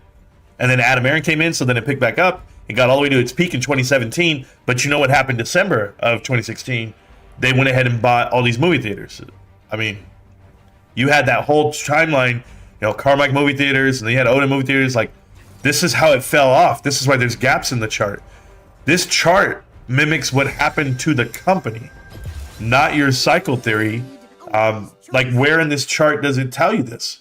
Nowhere. I'm just curious, but it's cool. I'm watching a 3-year cycle of a bear run, as you call it. Now we have, because it hit a peak, apparently, now we're triggered to have a bull run. Now it hit a peak. Now we have to have a bear run for 3 years. But why did it keep running down? I mean, that's another whole year. From January 20 to January of 2021 is when it peaked. So it went down for another. So this 1 year here, that's a 4-year chart there.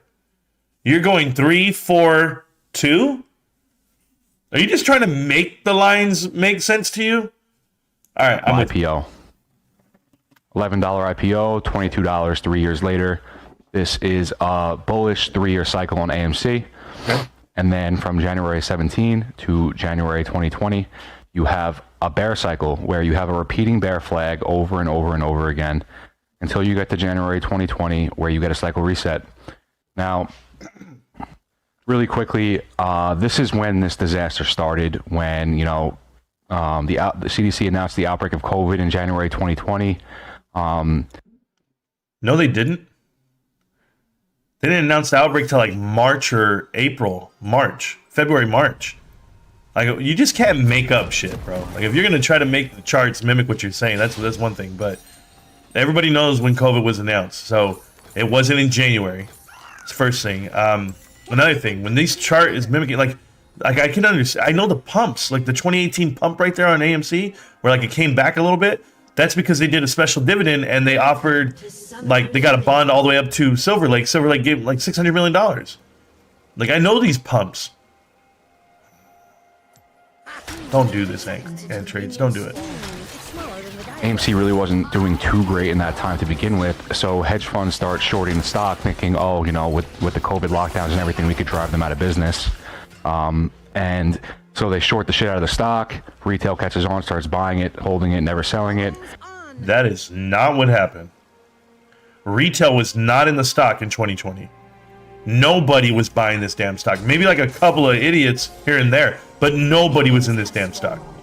There was no volume in this stock. Look at your volume markers at the bottom of the chart here. The volume markers on your chart show you that they didn't get into it till January. And it was January all the way through till about April. Like in June. That's June over there. No way. Bro, do you know what triggered the January 28th like run up on the stock? Yeah, they used one to hedge the other, right? They're hedging GameStop at that point. But the convertible bonds triggered. The bonds triggered, and Silver Lake made like 700 something million. Where is it? I have it. Don't I have that here? Sorry, right here. Silver Lake cashes out AMC, and I only have this ready to go. Remember, I'm reacting to you live. I only have this ready to go because I'm actually doing homework on Silver Lake. And Silver Lake triggered for $713 million off the bond. And they did that day. It happened because it triggered. It wasn't because people were buying in. This is January 29th, right here. And you guys want to see how many open, just so you know, and trades, listen. Look at all the tabs I have up top. Do you see all those little tab? I do a lot of homework on my days off like I am today on this stuff, man. So it's not fair that you're talking about something you don't know about. But I'll go back to your video. This is crazy, dude, what you're saying. You're just making up lines to make sense for you. I'll listen. I think I will. No. The shorts, people weren't buying up and it was getting... Adam Aron sells his stock to hedge funds only, guys. He doesn't offer it to the public. He could have. He could do that in 2020. He could have offered all his shares to the public, but no one was going to buy them. The public wasn't buying. The shorters were buying them to short the stock. He was intentionally driving his company to the ground. He's never offered shares to the public. That's the difference here, man. Like, I want you guys to know that. I got a phone going. This is how unedited and real this is. I got a phone going. Hold on.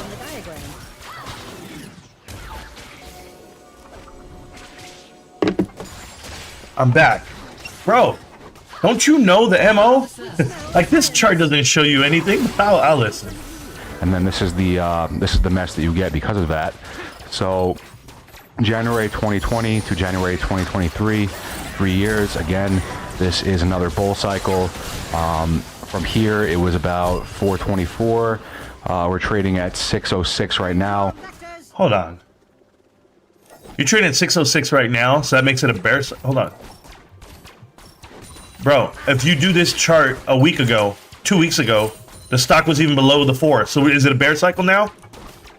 Like 3 weeks ago, this stock was $3. Is it a bear cycle? You're ridiculous. Probably about a 40% move or so. That's another bull cycle that we got from June. You know, we've been going down this whole time. I mentioned this too. This is a descending wedge, which is a bullish reversal pattern. This is bullish, and we just broke out of it. So I'm. Very interesting. But that's a 2-year chart. You're showing me a 2-year chart of a bull flag, right? Of a downward bull flag, whatever you want to call it.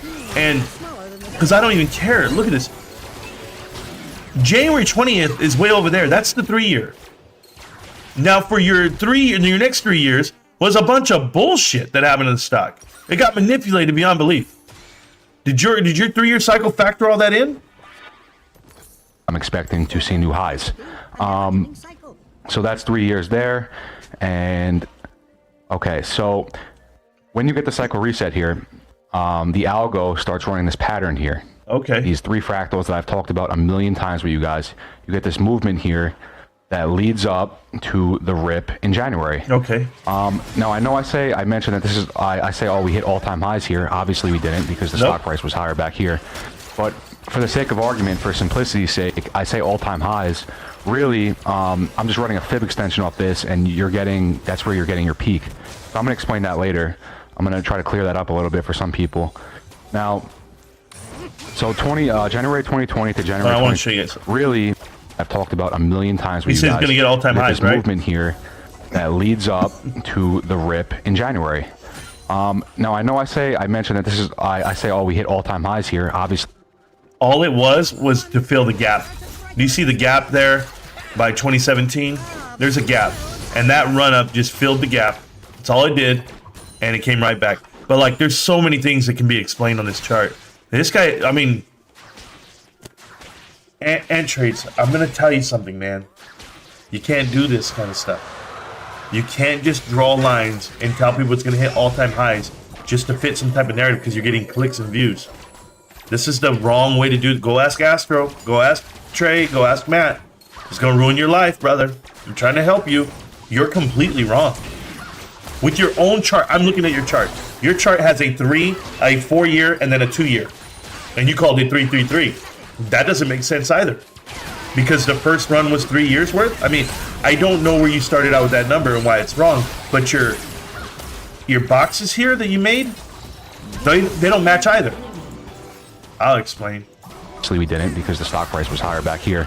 But for the sake of argument, for simplicity's sake, I say all-time highs. Really, I'm just running a fib extension off this, and that's where you're getting your peak. So I'm gonna explain that later. I'm gonna try to clear that up a little bit for some people. Now, yeah, make up a lie for some people. So January 2020 to January 2023. So now we're expecting a cycle reset, right? So from January 2023 to January 2026, I'm gonna get into what I'm thinking is gonna happen there. But this is very clearly looking like we're. So from January 23 to January 26, you're going to have what? Bankruptcy? Like, I'm trying to figure out what this chart shows me. Like, you're trying to tell me, and I already know what you're trying to say. You're saying that it's going to happen again, that history is repeating itself. Where on the chart does it show me the banks are going to waive covenants? Like, did you factor that? Oh, that just happened to happen because the chart has to match. Where on this chart is trades? Where is Adam Aaron? Where is the media? Where are the YouTubers? Where are you on this chart? Manipulating the stock to say it's going to do something that it's not going to do. And trades. I'm looking at the same cycles you're saying, right? 3 years of cycles, then it has 3 boxes of these sideways deals for a year, or whatever you're calling it. Well, the next 3 years, you're putting the boxes within the 3 year. How does that even make sense? You don't get to just make the chart mimic whatever the hell you want it to say. This chart is not reading the way you're explaining it. We're getting another bullish cycle here. We broke out. This is a descending falling wedge. It's a bullish reversal pattern, and we broke it to the upside. So it looks like we're going to get some continuation to the upside. It looks like we're getting another 3-year bull cycle here. That's just what it looks like to me. I'm expecting all time. How is it another 3-year bull cycle? I'm trying to figure this out. You had a 4-year bear cycle over here. The one in the middle. Now you had 2 years of descending, and you're trying to tell me that it's going to bounce off of that, but you're forgetting that. Oh my God. Time highs next week. I'll get into that. Really quickly, I want to show you guys this. Listen, guys, I've been studying this chart for a very, very long time. You know, my YouTube account is fairly new. It's probably 2 or 3 weeks old at this point. And it's gained popularity pretty quickly. Yeah. And, you know, some people call it hopium. Some people think I'm spreading bullshit. Yep. Really, I'm just presenting you guys with facts. This is, you know, research I've done on my own and coincidences and things that I found. Coincidences. Let me tell you about a coincidence here, okay? The Mayans and the Incas used to look up at the stars. And they used to tell the world, and they had a calendar, and it said the world ends in 2012. 11 years later, I'm sitting here watching your stupid-ass video. And, you know, the way that I've seen the stock move. So I'm going to go into the bars pattern, but really quickly, for anyone who hasn't seen this yet, I've been comparing this breakdown out of this flag here in November. These 3 fractals here, I've been comparing these to these 3 fractals here for a very, very long time now, and I'm telling you, it's the exact same thing. I don't understand. I don't, and I'm going to tell you, okay? So it came out of a descending wedge here, right? Where's that wedge on the other chart? Like, why do you think these fractals look the same? Are you say they mimic the movement? The algo's probably running? Is that what you're saying? Well then, shit. Where's GameStop? GameStop match? Like, the things that happen with AMC and like why it happens. Like, I know the chart. I'm looking at the chart here. The big right here on the red square. The big pump there was they announced Ape. They converted. BlackRock sold off and they convert. They split. The next pump here was they announced Terabot in on December 22nd. And then you come over here and the next pump here is going to be what you have right now. This little run you had this week that you were breaking out. Nah, man. You can't do this. It is the exact same thing. The movement is the exact same thing. The candles are a little bit different because you're never going to get... I'm never going to pull a bars pattern here and put it here and it's going to overlay perfectly. That'll never happen. Again, keep in mind that this was flat. The bottom here was the bottom the whole time. And then it's repeating here, but we're in a descending wedge now, so it's just descending. So the squares are falling down. Picture picking this up, and now it would be tilted down. That's exactly what you have here. It's the same pattern playing out, but it's descending. Now, from the bear the same cycle pattern, but it's descending. Then it's not the same pattern. To January 2020, when you get the cycle reset, you have a descending resistance line. And now this descending resistance line runs over the 3 fractals that we have here. Just the same as this descending resistance line runs over the 3 fractals here. Same exact thing. So, as it runs over in the pre-January 2021 squeeze, I don't understand why he's showing this to people. I get what he's trying to do, but this whole year of the first fractals that he's showing you, fractals, what do you call them, fractals? I don't know what that, whatever he's calling them. Pterodactyls. The first year of these pterodactyls that he's showing you is in the 4th year of the cycle. Now you're showing me the 3 ones that mimic it, and you're saying that that's happening within the 2nd year of the cycle. So where was your bear run was what? The pump? There's no touch points in the green, and then in the red, as it transitions into the blue, you get your first touch point on the descending resistance line. Exact same thing here. No touch points in the green, and then as the red transitions into the blue, you get your first touch point. So in the middle of the blue, get you get your second touch point, where you get the U and the higher U. You have the same exact thing here. You get your second touch point there. Same exact thing here. U, higher U, touch point, and then the third. So you're telling me the 3rd year cycle, okay? That is a bull run. This one right here. This is a bullish run, right? You said 30%, 40% from $4 to $6. This cycle was 1 year of these boxes, the pump, and then 1 year of these boxes. So what do you think is going to happen on the next one? You think there's going to be another pump? I mean, that pump would be out of place, wouldn't it? Like, your whole theory doesn't make sense. You just made a video to say some shit. You hit record, bro, and you hit upload. That's the sad part on this. Third touch point, you come down, hit it one more time, come down, hit it one more time, and then you retrace, you break out, right? You retrace here, you break out, and you get a gap up, and then another candle next to it. After your third touch point, we have the exact same thing here. Third touch point here. Third touch point here, you get your retracement, you break out, get a gap up, and then another candle right next to it, right before the algo snaps, and you see all-time highs. I'm going to keep saying all-time highs just to keep it simple. This retracement was 1 day. The retracement that we had back here was 1 day. Was 2 weeks, about 10 trading days. That doesn't match. I mentioned this before. This was very fucking annoying. The algo really slowed down here. I did mention that the algo is going to run its course. The pattern will run its course. It's going to be the same exact pattern, but it does have the ability to slow down, and it has the ability to speed up. Who has convertible bonds?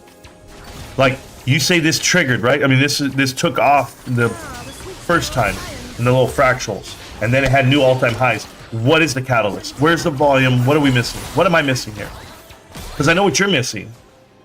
I mean, you're missing a couple of things here for this to happen. You're missing trades. You're missing Adam Aaron. You're missing Tara Bull. You're missing a lot of people here to make this thing run. Very interesting. Terrible video. And I hope nobody watches it. Or somebody will, because I mean 20,000 people already watched it. Here, share it with them, guys. He's absolutely wrong. And his own chart. Man, you know what's crazy? And trades, I'm making your chart look better for you. I'm explaining it better than you are. Because what you're saying and what you're trying to sprinkle onto people and just draw lines and make no. It's not how it works, man. This company's about to do a reverse stock split. So maybe that's the all-time high you're talking about. Maybe that's the price you're about to see. But it sure as hell ain't going to be this stock. Do you know why? Or did you forget? Did you forget on this chart? I mean, where was Ape in the previous year? Where? This stock is diluted of 1.5 billion float, and it's Ape. Ape is the peg. It holds it down. So how far of an arbitrage do you think it's about to run? You think AMC is about to run away? What the hell's going to happen with Ape? You think they're going to let that happen? You don't know what you're talking about because you're just looking at lines and graphs. Go read an SEC filing. Figure out what's happening with this company. Figure out who owns this company. Do it every day. Educate yourself. More so than just watching what lines look the same and how they have a lot of coincidences, as you call it. Good luck, guys. And trades, you failed the test, bro. You failed the test. Terrible investment. You guys know what it is. Trash. AMC, trash. I'll see you around, millionaires. Peace.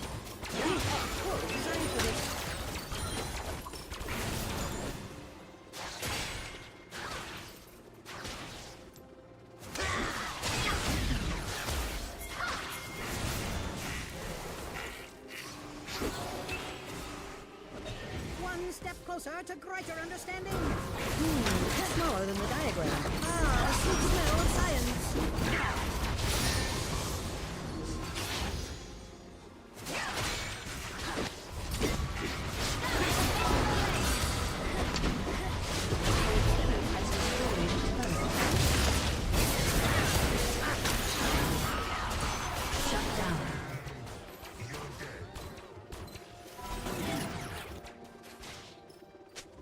Killing spree. Exceeding turret output capacity.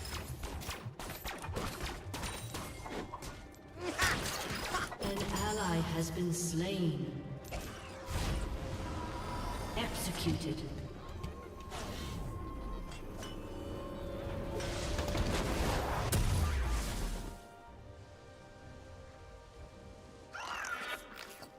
Hi guys, and welcome back to Marantz Rantz. Plenty of good information, a little bit of motivation, whole lot of truth, no financial advice.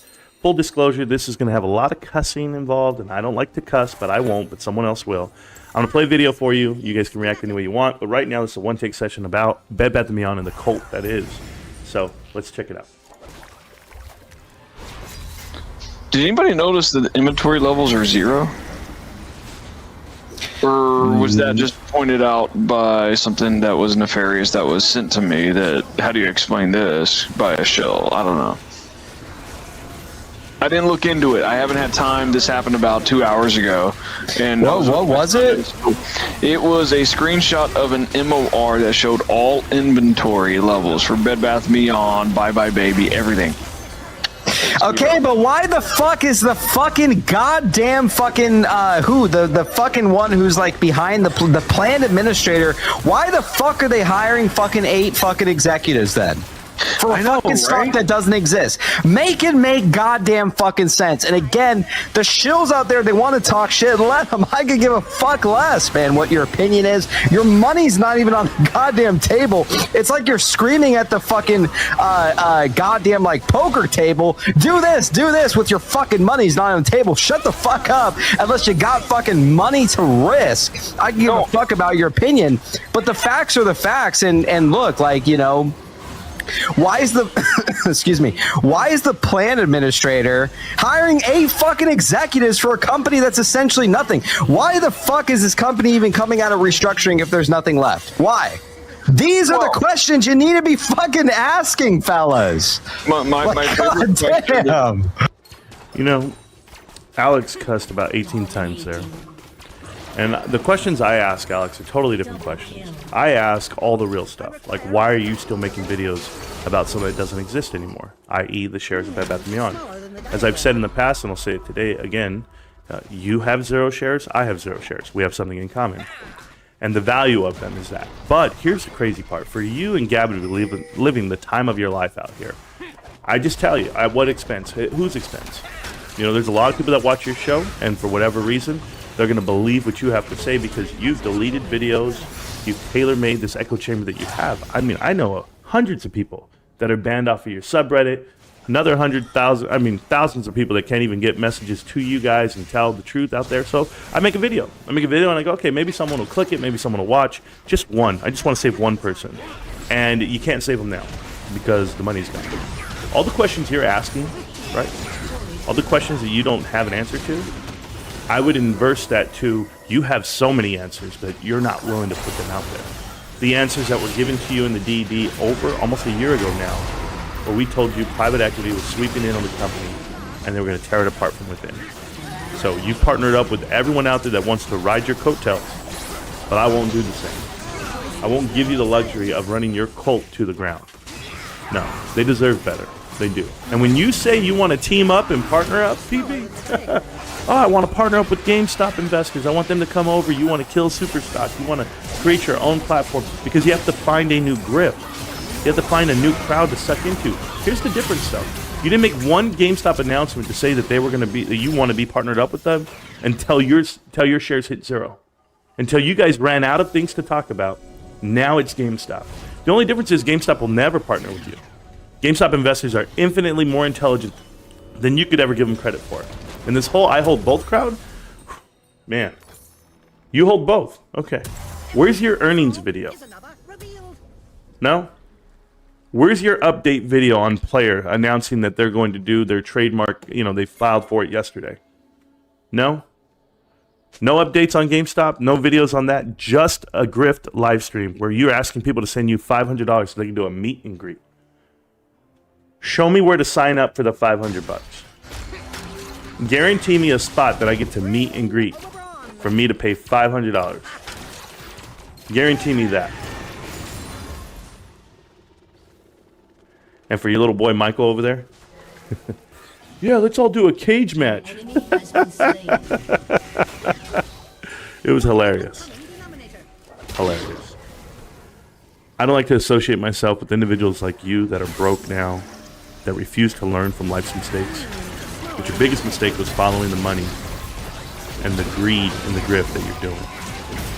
That was your biggest mistake. You can project on me and you can judge me, but everything I say is factual. I'm telling you the facts of you and the cult you're building. You're going to go down with the ship. Hero is 0, right? Well, nice to meet you. 0. Alex. Alright guys, so welcome back to Marantz Rantz. Plenty of good information, a little bit of motivation, a whole lot of truth, no financial advice. So up next is Tammy, the crypto queen herself, aka Cruella de Vil of the stock market and or cryptocurrency market. She calls herself the crypto queen, which is actually funny because the real person known as the crypto queen was a scam artist back in like 2019. But Tammy, she meant well with her video. She made a video about PP Seeds and Bill Pulte and called them scam artists and all the above. I mean, she went off on them. She tried to go get them, and she did well. I thought she had a good video. The unfortunate part is it started out really rough. She was talking about Ryan Cohen, and Tammy, I'm just going to tell you, don't speak on stuff that you have no idea what you're talking about. Like, that's where you need to like stay away from it. But everybody knows you're an amateur at this stock market stuff, but it's okay. I'm here to help. Let's walk you down it. Let's go see Cruella de Vil and her 101 Dalmatians. 101 crypto plays. Oh God, you should see her on Twitter. It's gross. And her skincare products. Shout out to you for pitching out your own products and everything you do. I saw your grift. Good for you, Tammy. You're an entrepreneur, like everyone wants to claim they are. The unfortunate part is you're one facelift away from actually getting the truth.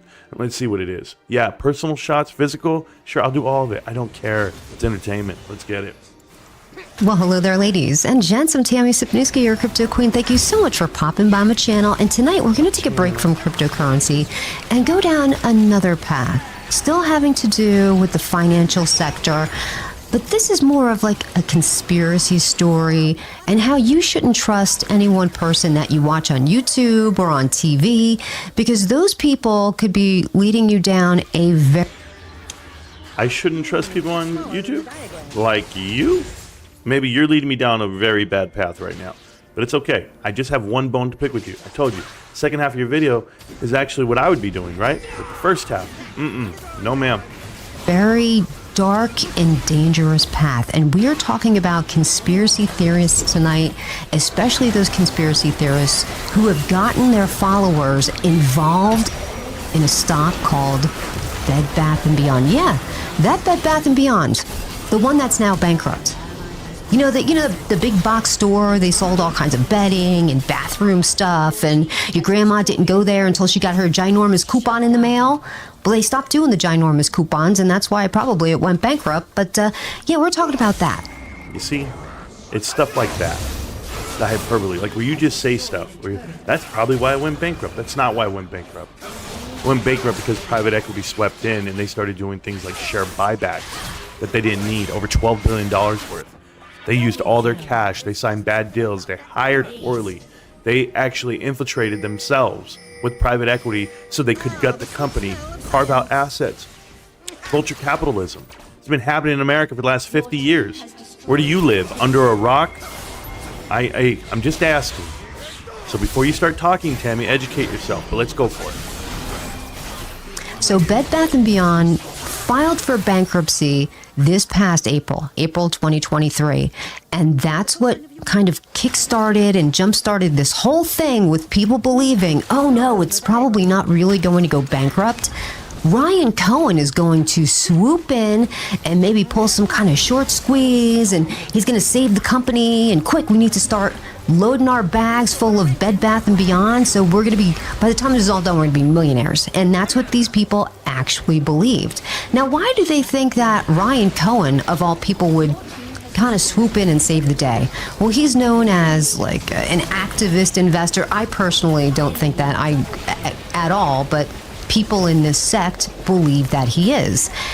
He did own 10% of Bed Bath & Beyond shares, but that was last year. He bought in 2022, and after owning them for a little while, he tweeted very positively about how the future was very bright.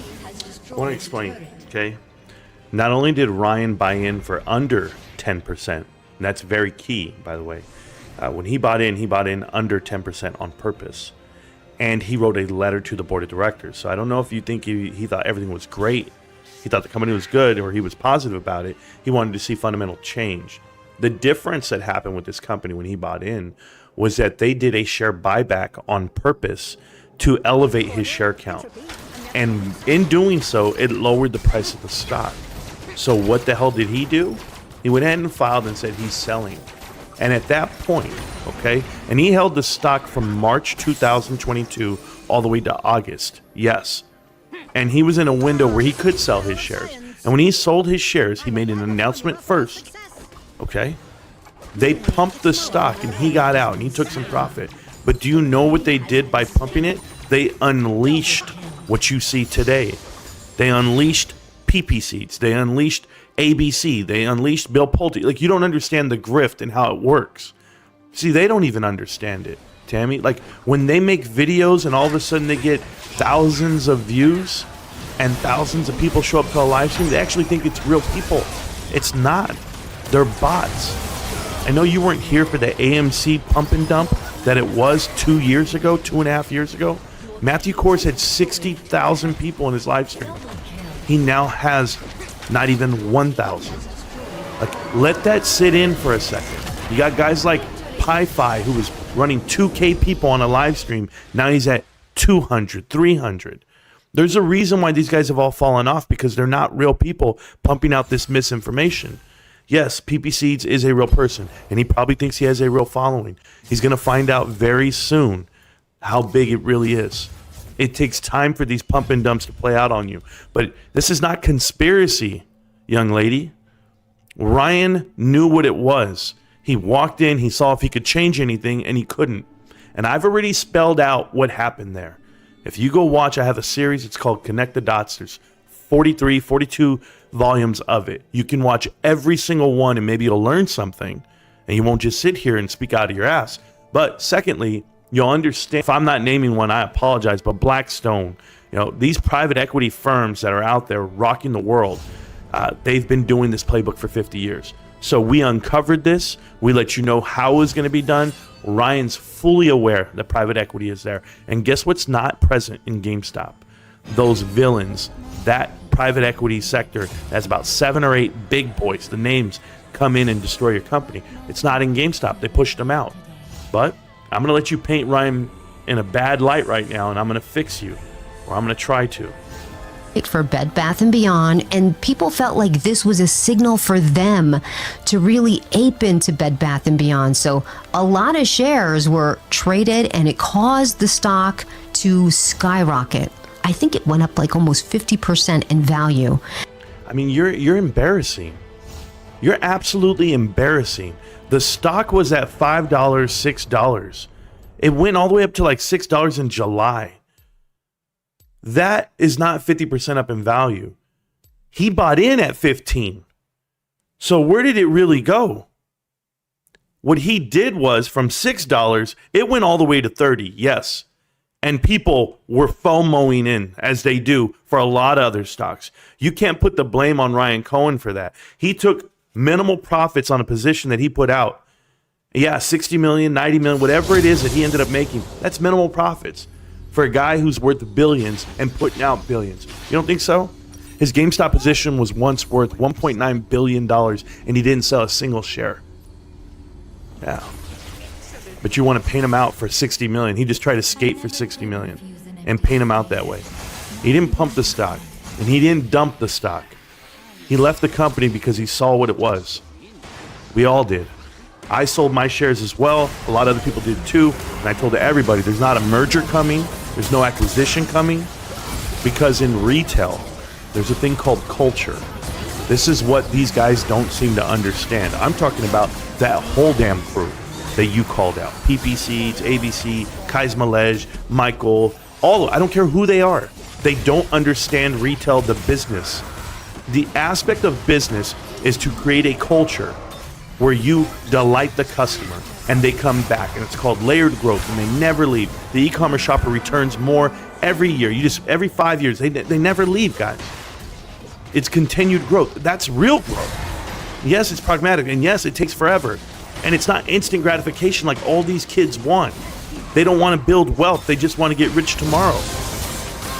The unfortunate part for them is they don't understand that Ryan Cohen put his own name in the bucket. He put his own hat in, and he said, you know what? Not only am I putting my own money on the line, I'm putting my reputation on the line. And he's at work right now at GameStop. So him selling out of his position, him doing all this, has nothing to do with what they plan to do later. They have to build a culture there first. This is why I'm constantly battling misinformation. What you're putting out is the wrong information. I'll let you finish because I'm getting ahead of myself. And once it increased that 50%, guess what happened? Ryan Cohen sold his. Now, in cryptocurrency land, we call that a pump and dump. I don't know what it's known as, and well, probably is still a pump and dump, right? No, because cryptocurrency is the wild, wild west. It's not regulated. The stock market's regulated. You actually have to file when you're going to sell. So he filed the day before. He let the whole world know he was selling. There is no pumping and dumping.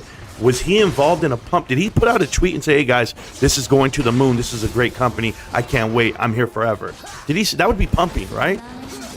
No, instead, he sold out of his position, walked out. And what do you think the pressures are of private equity? You know that guy who used to work for Avon, the CFO of Bed Bath & Beyond? Do you know who he is? The one who jumped off of a cliff, off of a building? Gustavo Ernell jumped off of his apartment building. Okay, and he killed himself, allegedly. Because now they're trying to tie Ryan Cohen in on a lawsuit to say that he's pumping and dumping a stock, but yet it's a dead man talking, right? No one can talk but the dead man. Or did Gustavo Arnel know that private equity was going to rob this company for every single dollar they have? And his position, okay, his share position is worth more upon death, where he can sell immediately and take care of his family. Was he the guy falling on the sword for his family? Is that what really happened? I don't know that part. But that's the part that makes sense for me. Knowing that he's had a career this whole time, and yet he's worked with private equity for the last 3 years, 4 years, and now here you are saying, what's next? How can we blame Ryan Cohen for what's happening with Bed Bath & Beyond, or what happened to them? They don't exist anymore, Tammy. The shares are gone. The investment's gone. No one works there anymore. There's not a single employee of Bed Bath & Beyond that exists. So when these guys are telling each other that they're buying this new company or they're getting some new shares, of what? Who's the board of directors? Who's there? No one. Everyone's moved on to other jobs. They don't even work there anymore. They haven't for months. No matter where you go in financial terms, we have rug job and we got pump and dump. So he definitely... We also have blowjob, okay? Pumped and dumped his shares. He's being investigated right now. I don't know if it's a formal investigation or if there's going to be, any charges that become of it, but they're looking at him like, hey, you dumped after you tweeted so positively and you ran off with the money. No, that's not how they're doing it. You're painting them up that way. Have you called the law firm? I have. I've called the law firm and I asked about the pending litigation against Ryan Cohen.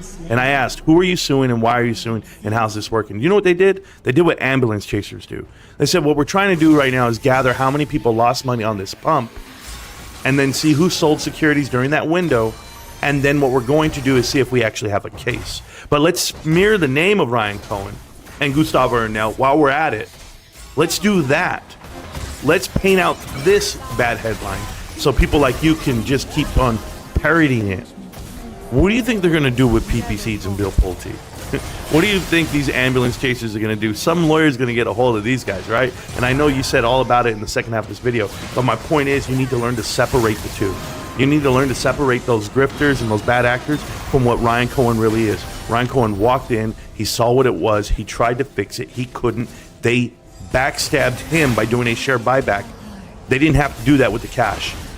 That increased his shares. Okay, his percentage of shares and ownership, he went to 10%, he went over. Now he's like, what the hell? I'm one of the major shareholders here. All of a sudden, out of nowhere, on purpose, they did that. He knew what it was. Private equity knew what it was too.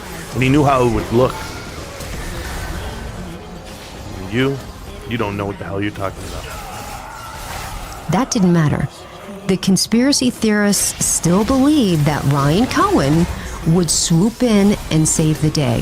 So they have watched the value of Bed Bath & Beyond, and as I'd mentioned, they filed for bankruptcy in April. And ever since then, the value of the BBBYQ, anytime a company goes into bankruptcy, they put the little Q at the end of the ticker symbol, the price has been circling the drain.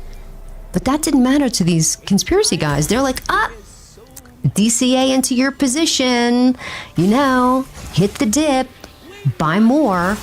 And here we have this group of people that even though now the stocks are canceled, they still believe that. So I want to tell you something, okay, Tammy, and I want to get this correct. I want to get this out on the record, and I'll take you off the screen. Okay? I want to set you straight on the history of what Bed Bath & Beyond's doing. If you don't know this at the beginning of time, they didn't believe it was going to be Ryan Cohen. I'm telling you. What they all wanted was they wanted Bed Bath & Beyond to just rock it because it was a short squeeze.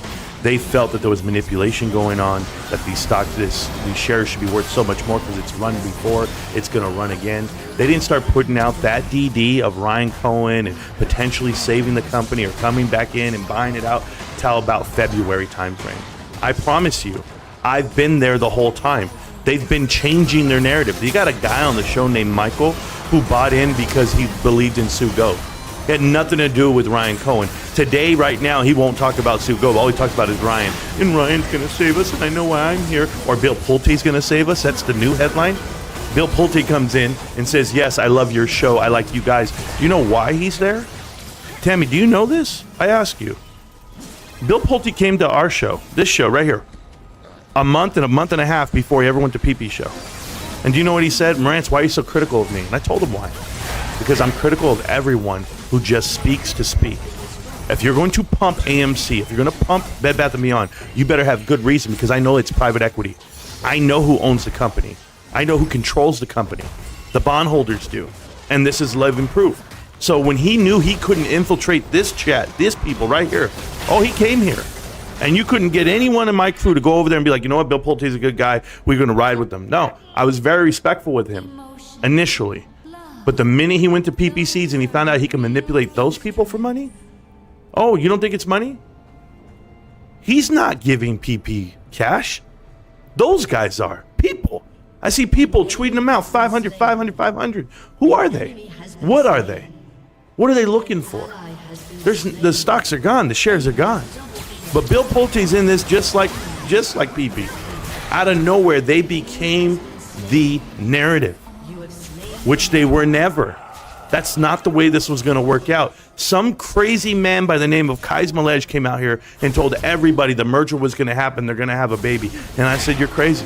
It's not going to happen. And I established that back in July and August of last year. Not this year, last year. With him on the screen. These guys have no idea about the interviews we've done here on this channel. Nor do you. We've already talked to these guys. We knew they were crazy then. All we've been trying to do, not only me, there's a lot of people out here who try to do it. All we've been trying to do is save people. We've been trying to save people from this investment because we knew that it was going to be a 100% loss. There's no way that you can win. Still to this day, there is no way you can win. Not on Bed Bath & Beyond. So Tammy, thank you for shedding light on who they are and what they are. The grifters that they are. But that narrative of them being saved and how the company's going, it's only gone one direction because they make it go that direction. They've changed it. They've moved the field goal post every single time. And here's why. Because when you were told that it's going bankrupt, guess what they said? You're wrong. It's not going bankrupt. Why haven't they filed for bankruptcy? I said because it's too expensive. It's too expensive at 1,000 stores. They got to cut the footprint. They're going to close down all their stores. You'll see. Sue Gove comes out and says, you know what, guys? We closed all the stores. We're down to 360. Yeah. They closed it for bankruptcy so that they would find dip financing to actually get them through it. That's what happened. Do you know what happened to all the videos that said otherwise? They deleted all those videos. PPC has deleted videos 3 separate times, hundreds of thousands of views. I'm telling you, they're controlling the story to fit their new narrative. And it's going to keep happening this way because they are the mass manipulators of retail. The few people that watch, you think it's a lot, it's not. It's unfortunate because 1,000 people, 10,000 people, that's not a lot of people. It's a small pocket of the internet. The internet is massive. That's why it's so frustrating for me because what, you mean to tell me the couple of thousand people that watch this show, they're the only ones that are informed, the only smart guys out there in the world? Do you know how eye-opening it is when you watch Connect the Dots? Tammy, by this time in the video, you're probably like, what the hell is Marantz talking about? Who is this guy? Yeah, you need to know who the hell I am. And you need to go watch the videos. They're called Connect the Dots. Go Google them. And I don't give a damn. When you watch the first one, you watch the second one, you watch the third one. By the time you hit episode about 6, we're off and running. And you're going to figure out what the hell's going on in America.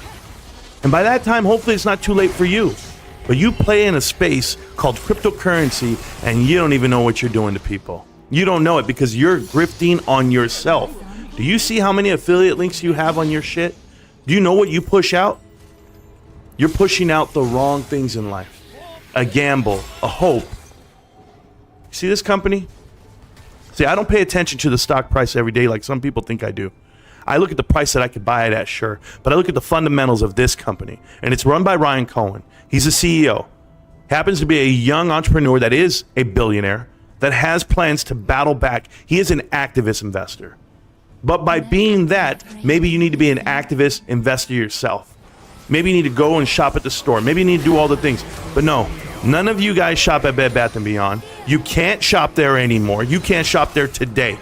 You can't support your company. You can't support your investment and your leadership. All you crypto cats out there, you included, Tammy, what are you backing when you buy crypto? What adoption do you have? You don't think I know the crypto world too? I know it very well. But you want to go ahead and skate that side of the table too. I'm not doing it. I'm buying the one thing that they shut down the stock market for. The one thing that they're all afraid of. The one thing that they're all in it together. You want to stop me? Get the story right. I'm with Ryan. Peace. Hi guys, and welcome back to Marantz Rantz. Plenty of good information, a little bit of motivation, a whole lot of truth and financial advice. I want to go over this latest video. There is a core reason why I want to go over it. But it's an older video. It's one from about 4 months ago. And we'll watch it together, and I'll commentate on it. Mover today, and that is GameStop. Its shares are taking a toll after the company shakes up its C-suite. The video game retailer fired its CEO and named board chairman Ryan Cohen as executive chairman. However, while Cohen is known for his king status in the meme stock community, the news of his new role at GameStop is raising some eyebrows. One social media user saying, quote, "Oh, RC is the CEO now? That same guy who rigged all those BBBY shareholders? Great." They meant to say rugged. The same guy who rugged all those Bed Bath & Beyond shareholders. Great. So the unfortunate part is they're taking their quotes here. This is a credible news source, right? This is Yahoo Finance. Obviously, we know the parent company is Apollo Global. But for them to take from Reddit some no-name people to go ahead and type and then comments be deleted below it and whatever, maybe it doesn't even matter to me. Like, who are these people? I've always asked myself, who are the people behind these names, these made-up names? But I'm going to show you one right now. Followed by another user criticizing Cohen, who's a founder of Chewy, on his time with the pet retailer, saying, quote, "the same guy that could never make Chewy profitable." Well, GameStop's CEO switch also coming shortly before the company reported another lackluster quarter. And according to our next guest, this is part of the, quote, "the long and winding road to termination for GameStop." Joining us now, we want to bring in Nick McKay, Vice President of Equity Research at Wedbush Securities. Nick, it's good to see you here. So it doesn't seem like from your note that you think Cohen is going to right the ship at GameStop. So what's ahead here for the company? Thanks for having me. Yeah, there are things happening at the industry level which are just going to be difficult, if not. Thanks, Nick. I saw the whole video. I really did. I don't want to watch this video, obviously, because they say a lot of dumb stuff, like their sales are down. Yeah, software sales just aren't there. Everybody's going digital. This was all this is a quarter, okay? Quarter one is where they're making announcements. That's when we let go of Matthew Furlong. But here's the crazy part. If we were so bad, GameStop missed Wall Street projections by 2 cents quarter one. So was it really that bad? Wall Street already had priced in what they thought GameStop would be, and they missed it by 2 cents, expectations of it. Additionally, GameStop killed Wall Street the next quarter. And then the next quarter, of course, Ryan Cohen was named the CEO. And software sales were increased by almost $80 million, $90 million. You think this is a dying company? So this guy, Nick McKay here, if you guys don't know who he is, we'll look at him for a second. Nick McKay is a vice president of equity research for Wedbush. So he's supposed to come out and destroy it. You guys know they have $1 billion short position versus GameStop, or at least it's been reported. And when you look at him and you see what he's done, of course, him and Matthew Pachter, Michael Pachter, whoever, and the other guy, Edward Wu, they all have the same idea to paint it a bad way. But before joining them, who was he with? PwC, there you guys see it. Additionally, Barclays and Lehman Brothers. This is where he's been. What does he cover? Roblox, Nintendo, Take-Two. So, yes, he covers gaming companies, but here's a new look on what GameStop will be because of him. But I ask you something, Nick. You look real familiar, Nick McKay. Are you the same Nick? I'm just curious. Are you the same Nick that's in my chat every damn live stream? Nick M. We don't know where you came from out of nowhere, Nick M. But you write, Marantz, why did you buy GameStop at such a high price? Obviously, at the time you bought it, it was overvalued. So if you're all about fundamentals, then why did you buy it insanely high price? I've been buying it. If you want to call it a high price, $99.60, I had bought in that opening weekend. And you guys can see where it ended on a Friday. I can tell you because I bought the shares, right? And that was in February. So, yes, I've been buying it all over the place, every price I can. But is that an insanely high price? Do you think I bought it on the 27th of January or the 28th of January? I didn't. So as you can see, Nick M, throughout the chat as the live stream goes, he just keeps talking and talking. And he'll tell you economy is going to be shit, therefore after GameStop won't be able to grow for a decade. Nobody is holding that long, Marantz. Maybe you, but not anyone else. Yeah, maybe Nick M. That's what your name is, right? So either you're Nick M in the chat and you're Nick McKay, or Nick McKay's just another plan out there for what we know what it is. They want you to push it down. They don't want to talk about it. They want to tell you GameStop's dying. I want to tell you, GameStop's not worth anything. They're not going to last. This guy literally said GameStop's going to last a couple more quarters. That is absolutely crazy. We're talking decades. GameStop's not going anywhere. Have you seen it? Are you a gamer? Do you know what it is? I know consoles. I know people tell you it's all digital. The gaming industry is forever growing, and it will. And there's always going to be someone in line to buy a physical disc. Remember what I'm telling you, because it's the truth. GameStop can't stop, won't stop. GameStop. Hey, Nick M. I'll see you around, millionaire. Peace. Hi, guys, and welcome back to Marantz Rantz. Plenty of good information, a little bit of motivation, a whole lot of truth, no financial advice. A lot of you know my story when it comes to Bed Bath & Beyond. If you know the journey that I've taken, you know, I watched Ryan buy in. I also saw him announce that he was leaving. Additionally, I told everyone I didn't see the merger happening. I don't think it's real. And I think Kai's Malaysia is crazy. All of this is true. Next, I met PP Seeds, and I saw his show. And I said, okay, this guy has something here as far as information. And I thought it was going to be a good conversation. But the minute I put out the information to say that it's not going to survive, that it's actually going to be bankrupt, he deleted those videos. He then deleted everything he's ever said, where he said, oh, they're not going bankrupt, or they're still a good company, they're going to be great, they're a valuable company, man. We're talking about personal attacks he's done over this last year. It's fine. I can go toe-to-toe with anybody, right? But here's the part that I can't stand. Right now, in Never Never Land, because that's where every Bed Bath & Beyond investor must be, they really think they're holding shares. They hold nothing. The shares are evaporated. They're gone. They're extinguished. They're deleted. They're canceled. They're gone. And people want to use certain words and say, well, they didn't say that word and they didn't say this word. They said suspended. They said that. Doesn't matter what word they said. I'm going to ask you right now, can you sell them? You can't. There's no value there. But PP seeks to paint himself as in to say, this is not financial advice. I'm just an entertainer. Yes, I hear you, PP. I want to believe you that it's just you and your opinion and all of your minions, and that's what you guys put out. But have you seen all the personal attacks they've done? But I've got a different bone to pick with you, PP. I want to believe you. And I hear you getting sued, or someone's putting together a class action lawsuit. That's what I heard. It's a rumor. But it's rightfully so, against you and Bill Pulte. You know that guy who manipulated people out of money versus giving the money away? People are they're super chatting you left and right, and you're taking in hundreds and thousands of dollars. You don't care about monetization of your channel. You don't care about anything. You know what you care about? The super chats coming to you. You don't care about a true viewership. And I can explain it to you and I can show it to you. This again, PP, for the third time, if you see these peaks and these valleys that do exist on your chart, this is Social Blade. You deleted already almost 150,000 views worth of videos you have deleted. And that's saying a lot for you. That's basically in the last 30 days, you're doing 85,000 views. But I'll tell you, you've deleted 30,000, which we already knew what those were. Those are the interviews with me. That's all the nonsense that you want to push out and say we weren't right, we were wrong, or whatever it may be. Then you deleted more videos here in July. And yeah, I have to delete those videos, Marantz, the ones where you're attacking people, right? Myself included.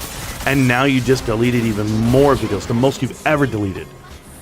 So what is it that you're trying to hide again? What, your entertainment? Is that what we're trying to hide? I wish people knew the truth about you. And I'm not talking personally. I don't give a shit what you do for a living, where you work, what's your name. None of that matters to me. What I'm talking about, what you really do. You pump stocks numerous stocks over the last 3 years on Reddit. And you've been pumping and pumping and pumping. And I don't know what you get from it other than now you're cashing out on it. But kid, you're living in a fantasy world. And like a crack dealer, you're eventually going to get caught. And those little gains you're trying to show people, the little flexes you're doing, they're going to cost you your life. And I'm not talking about life and death. I'm talking about the life that you're trying to build towards something. You want to do something real? You want to do something that has merit or integrity behind it? Stop grifting. Stop stealing. Stop deleting. Stop pumping. You're doing all the above. No factual information. You push out nothing with documentation. It's just a made-up grift. Oh, the shares are somewhere out there floating in Never Neverland. You're lighting cigarettes, celebrating victories, and what have you won? Tell me what you've won. Your best friend, Bill Pulte, the guy who's giving you money, the guy who's pushing out money out there, trying to buy more friends like he has his whole life. That guy, show me his Bed Bath & Beyond position before those shares were deleted. Show me where he bought it, where he believed in you, as you call it. Because this is not about Bed Bath & Beyond. This is about you and the grift that is you. This is why you delete. Does anyone have any idea that PPC's, I made this video like months ago, deleted, I don't know, hundreds if not thousands of messages on Reddit where he was pumping out about 13 to 16 other positions. People are going to come looking for you, PP, and it's unfortunate. You know, people harass me because I'm correct. Right? I'm going down the right path because I'm correct. Think about that for a second. Why would you ever get mad at me for pointing out private equity? Why would you ever get mad at me for saying it's going bankrupt when it is, if they're hired for it, that the board of directors are embedded and they're implanted, just like they are in every other company across America that are going bankrupt? There's like a track record that you can follow. You know, it's hard to predict the future, but you can definitely show you what's been happening in the past, right? I got that quote from you, Mr. Steve Jobs, PP Seeds.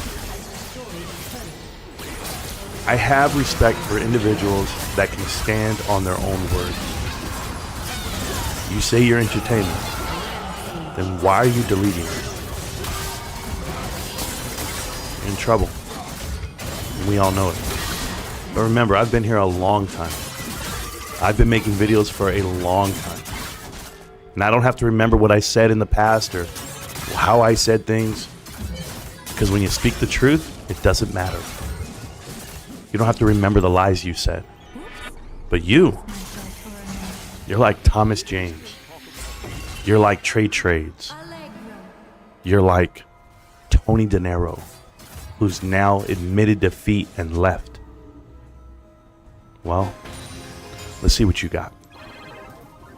Peace. A melody to guide us home. Hi guys, and welcome back to Marantz Rantz. Plenty of good information, a little bit of motivation, a whole lot of truth, no financial advice. I was at work all day, Michael Pachter, and I saw you tweeting out tweets to me, and I didn't have time to reply. But here I am in front of you, and finally, you don't really understand who I am, so I'm going to give you that idea, or give you the answer of who I am, right? So you try to tell me that you downgraded GameStop one day, and that if everyone would listen to you, they would have made about 15% and or I don't even know how many dollars pre-split. Does it matter? No, because I'm not a day trader, right? I'm an investor. Long-term investor. I believe in the company, the industry. I believe in Ryan Cohen, the leadership. So how are you going to beat me? How are you going to convince me that it's a $6 stock? You see, I'm going off of your metric. You guys called for $6 Wedbush. But the truth is, Wedbush is short this stock, what, over $1 billion on collateral? I saw GameStop, the report, and it said Wedbush Securities. You didn't have the collateral then. Do you have it now? For the short position that you carry. This is why you're the only analyst that actually rates GameStop. You yourself, Michael. No one else out there. There's Zacks. That's not an individual person. That's a group. So Zacks is out there telling you it's a strong buy. But when is it a strong buy to you? You're telling everyone to get the hell out of here? That a price target for $6? Well, let's see. Book value's at $4.15. You mean to tell me I'm going to buy cash with cash? I'm a regular investor, man. I don't understand how you can try to confuse people, but you can't confuse me. Cash for cash. You're talking about $4.15 is the book value for GameStop today. And your price target is $6. How would they ever get there? A cash burn of everything? How's that even possible? They just had a full fiscal wrap of a $30 million cash burn over the full fiscal year while still holding $300 million worth of marketable securities. So what the hell are you talking about? They're actually plus $300 million. But are you going to announce that? Are you going to report that? You won't, because you cherry pick your data and your moments to be this bear that you are. But let's go ahead and use your simple math. $6 a share, that's what you think GameStop's worth. But if I minus the cash, that means $1.85. You think it's only worth $1.85. You think the assets and a company that sells $5.8 billion worth of product is only worth what?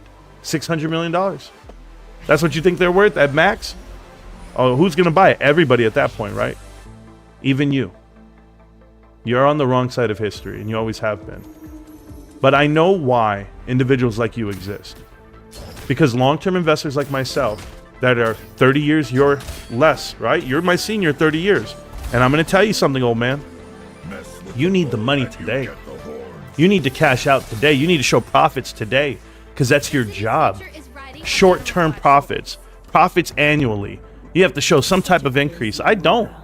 I can sit here and buy all these shares at $14 every goddamn day of the week. Because 10 years from now, what's $14? Zero. And I'll be up. And I'll be up tenfold, because the company will still be running. And private equity is not involved. You're not allowed to come in. It's a do not enter here. Private equity firms come in, they leverage companies like yourself.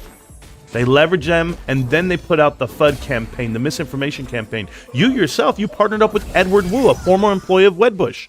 So the two of you guys, now with one individual firm, him, and you guys both gave GameStop a rating of sell and a price target well below what it's worth for the last, 5 years. I've been paying attention. But explain it to me, how you and your buddy teamed up to give it this price rating, right? But now you're on Twitter bashing and going crazy and excited. Don't confuse them with logic. What's the logic? The logic that you might be wrong? I'd rather bank on this side of you being wrong, because guess what I have that you don't? Tread on the tires. I have nothing but time. And your time's up, just like every other hedge fund buddy out there. Just like all these old timers that are sitting here trying to count out and cash out. They're all trying to do the same thing, except you got greedy on one investment called GameStop, and the fundamentals alone are going to beat you down. Ryan's going to beat you. I'm going to beat you. I shop there. I buy my stock and I shop there. How are you ever going to win? You can't.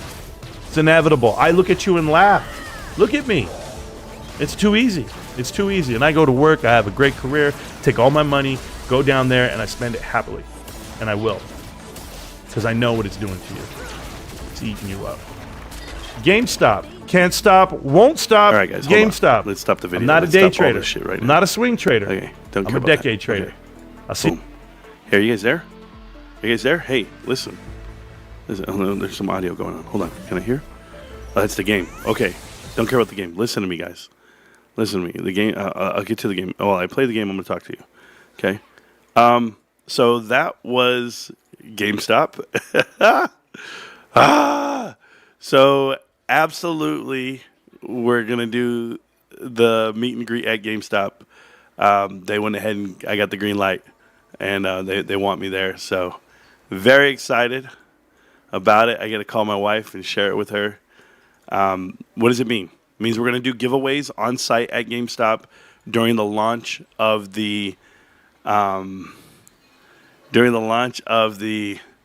Switch 2, whatever, next Wednesday.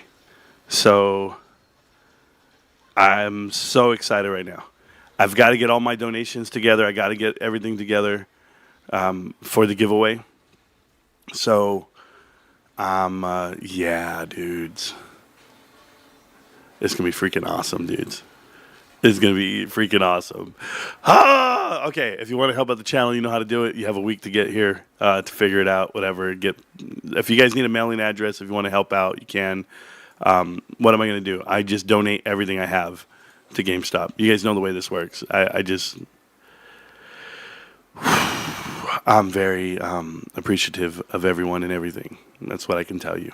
So thanks again, guys. And it's going to be cool. It's going to be absolutely cool. So, GameStop gave me the invite. We got it. We're going to be there. And we're going to get some people there. Thank you guys so much. Is history going to repeat itself? I don't know what the hell that means. I don't really care. Wow. I've got to get my money together. I've got to figure this out. Because I'm gonna go put some money in on this and donate. All right, man. All right. You guys have fun. I gotta go get my mind right. This is so cool. Ah, man, it's next Wednesday. It's a week from now. Oh man, what am I gonna do?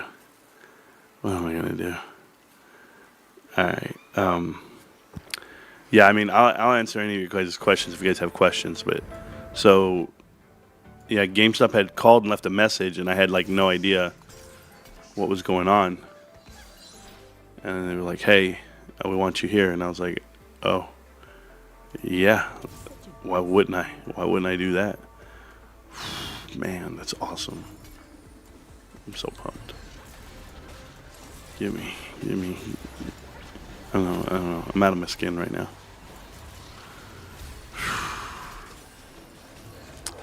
You know, God is good. God is great. Oh man, so shit, bro. Damn, bro, this is amazing, bro. It's just amazing, just absolutely amazing.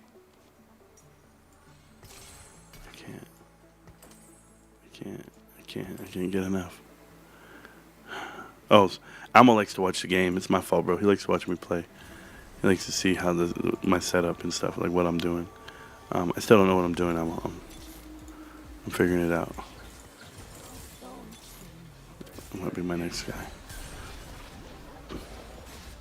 Uh-oh, something's happening. Hold on. Somebody just sent me something.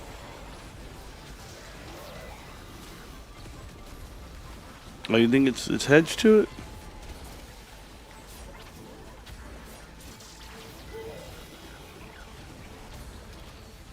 Oh, wow.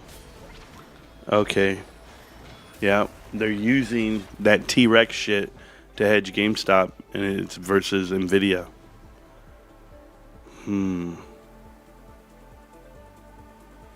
That's so cool, dude.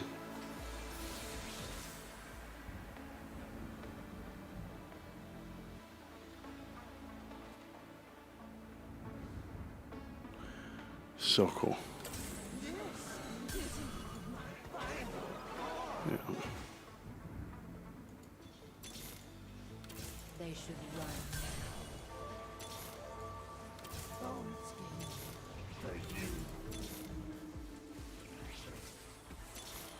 There we go.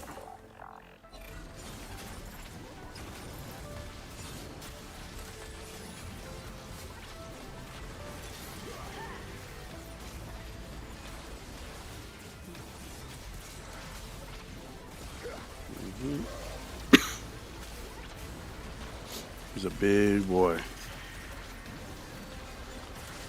Yep. Just keep hitting shit. Keep hitting shit. That's it.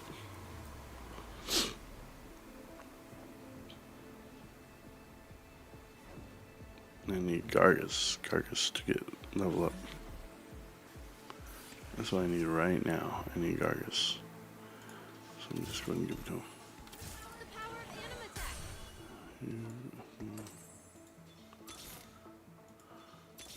There he is. He's right there.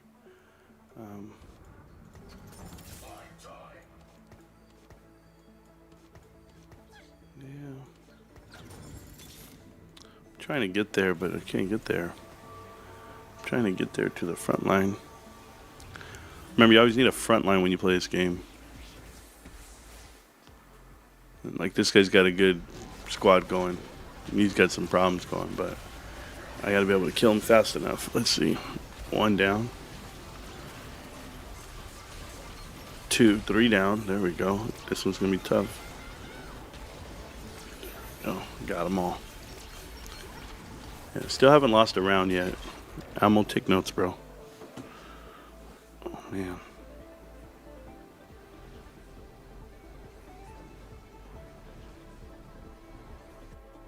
Wow, can somebody block Braveheart? I don't need him in my channel anymore. Just block them forever. I don't want to hear people like this. People talking about Adam Aaron, the guy who actually promotes private equity and comes from Drexel Burnham Lambert and Apollo and Jeffrey Epstein Island. Nah, I'm good, bro. Yeah, I said it.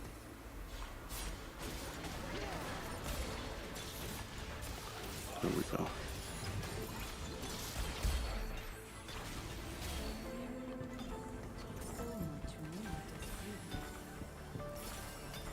Block him forever. Block him forever. Let's see if I get it right here. I went for it. I went for the good. I went for the kill. Didn't get it. Oh well. Got a lot of gold.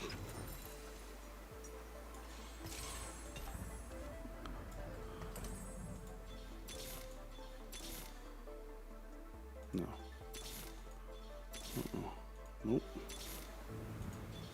There it is. Got it.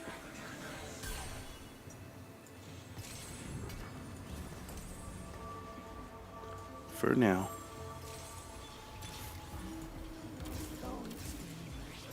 There he is. Let's go.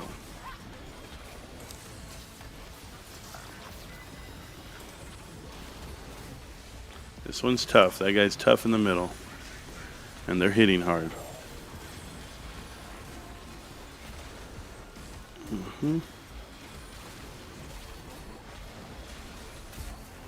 No, got him. Yeah, are you paying attention, bro? Oh, don't time him out for 1,800 seconds. Time out forever, bro. I never want to see that guy again. I never want to see that guy again. You ever talk about Adam Aaron like that, bro? That's crazy talk.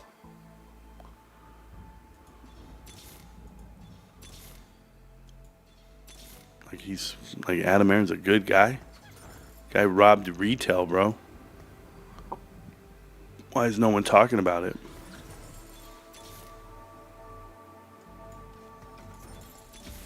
Nope.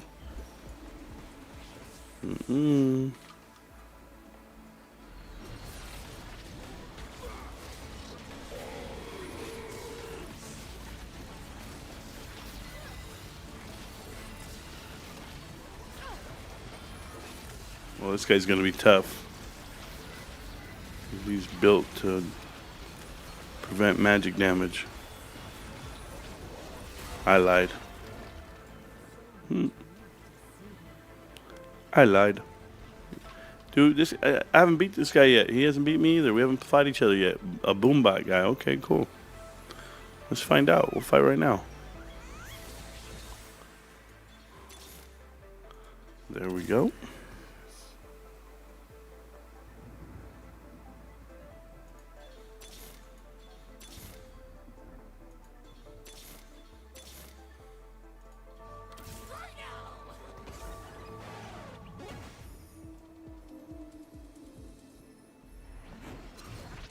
Find out what we got here. Nah, don't need it. Don't need it. Don't need it, don't need it. Check this out. Let's go.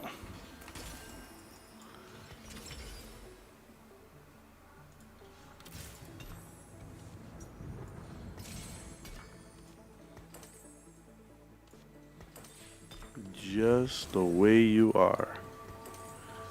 Just the way you are. Oh, goodness gracious, it happened. These boys want me to win the whole game.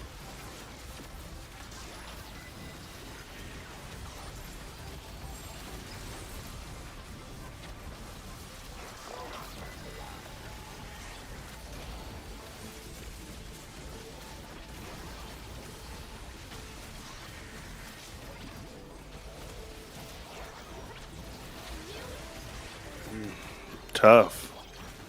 Tough. That guy almost beat me. Tough. I still haven't lost a round. And I'm not going to. Watch this. Watch the pro moves I do, bros. Okay? Pay attention, Almo. Pay attention, Almo.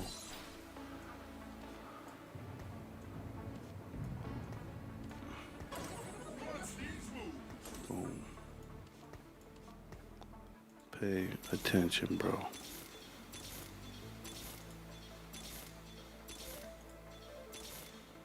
Right there. So we're just gonna lock it in. We're just gonna lock it in. Lock it in for next round. It's almost over for these fools. Oh, this is the guy who's undefeated. Let's check him out.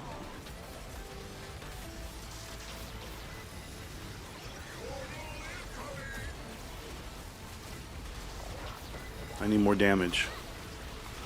I need more damage. Not enough damage. Alright, that's all I had to see. More damage is coming.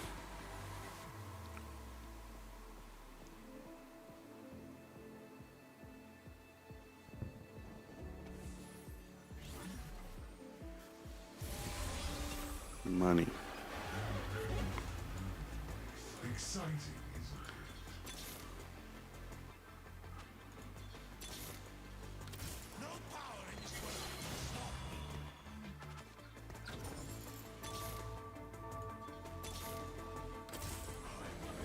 Let's go.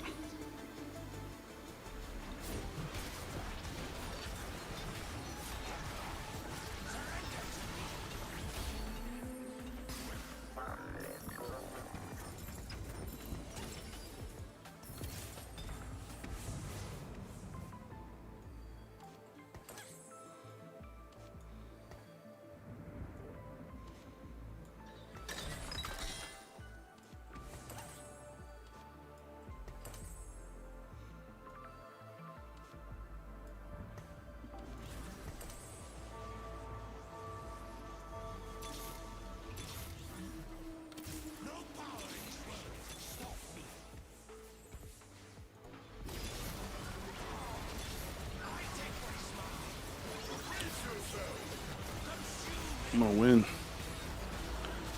I might not win this fight, but I'm gonna win this game. I'm confident. Let's go, bro. Let's go. Blow his ass up, bro. There it is. I won that fight. Hell yeah. Let's go. Let's go.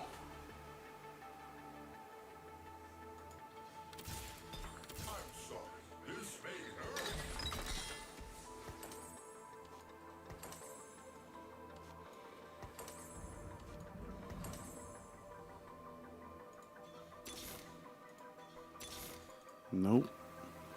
Next round, I get my big guy. We got problems. We got problems next round for them. I gotta fight this guy. He's tough. This guy was tough. Oh, what's he waiting on? What's he waiting on? Oh, he didn't know how to build. That's why. Let's see. I gotta kill somebody. There we go. There goes the pain. There goes the pain. Those big ass boys up front, bros. Damn. I missed. Oh, he's a big boy, the guy. It's okay. I got something for it. There it is. One more. One more. Let's go get one more. Let's go get one more.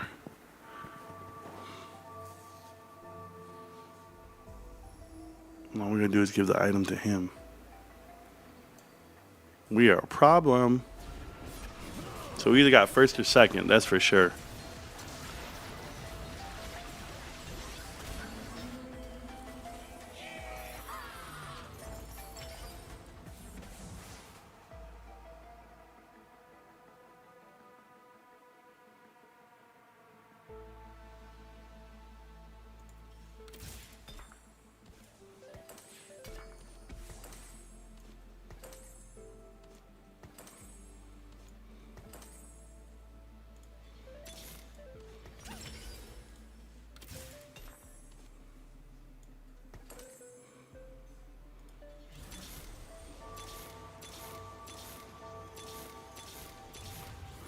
Nope, never showed up. I need the big fat guy. All right, I got one more round to try to get him.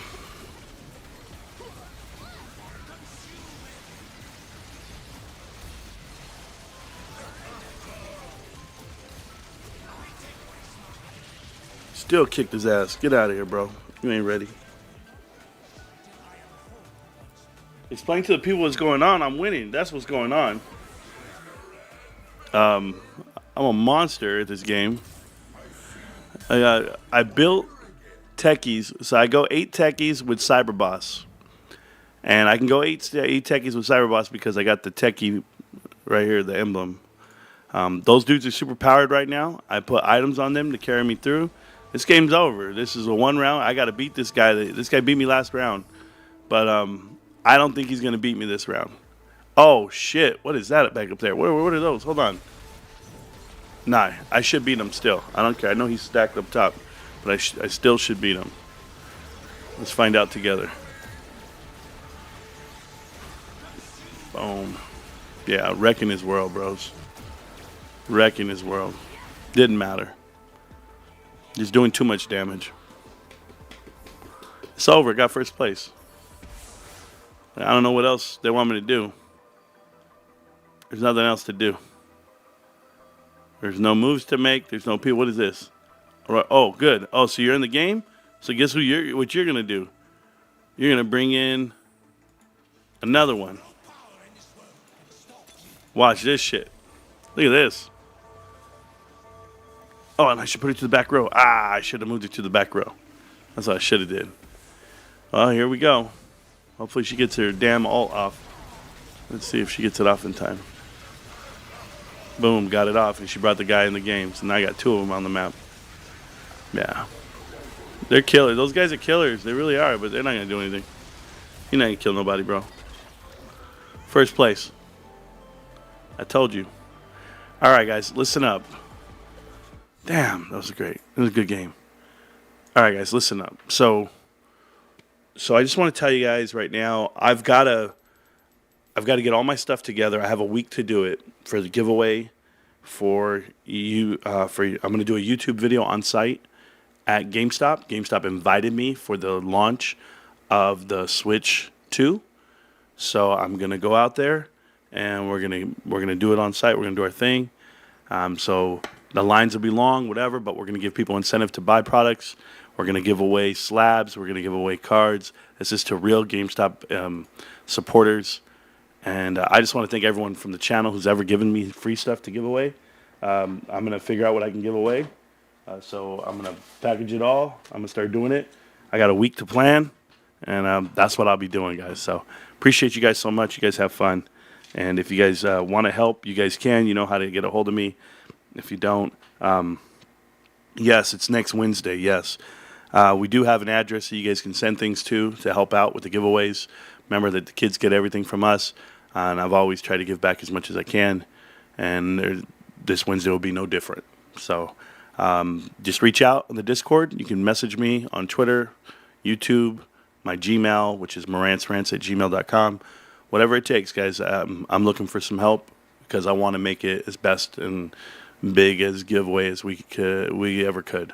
That's what I'm going to try. So I don't ask you guys for stuff, but I'm just saying I want to put our best foot forward. So I'll be out there, and I just got to call my wife and let her know that we're going to do it. And because remember, she's my camera woman, so she's got to be front and center too. All right, guys, I really appreciate it. Marantz Rantz GameStop T-shirt's going to be given away. We're going to do everything, bro. I'm rolling deep. Let's get it. GameStop. Can't stop, won't stop. GameStop. I'm so excited. I got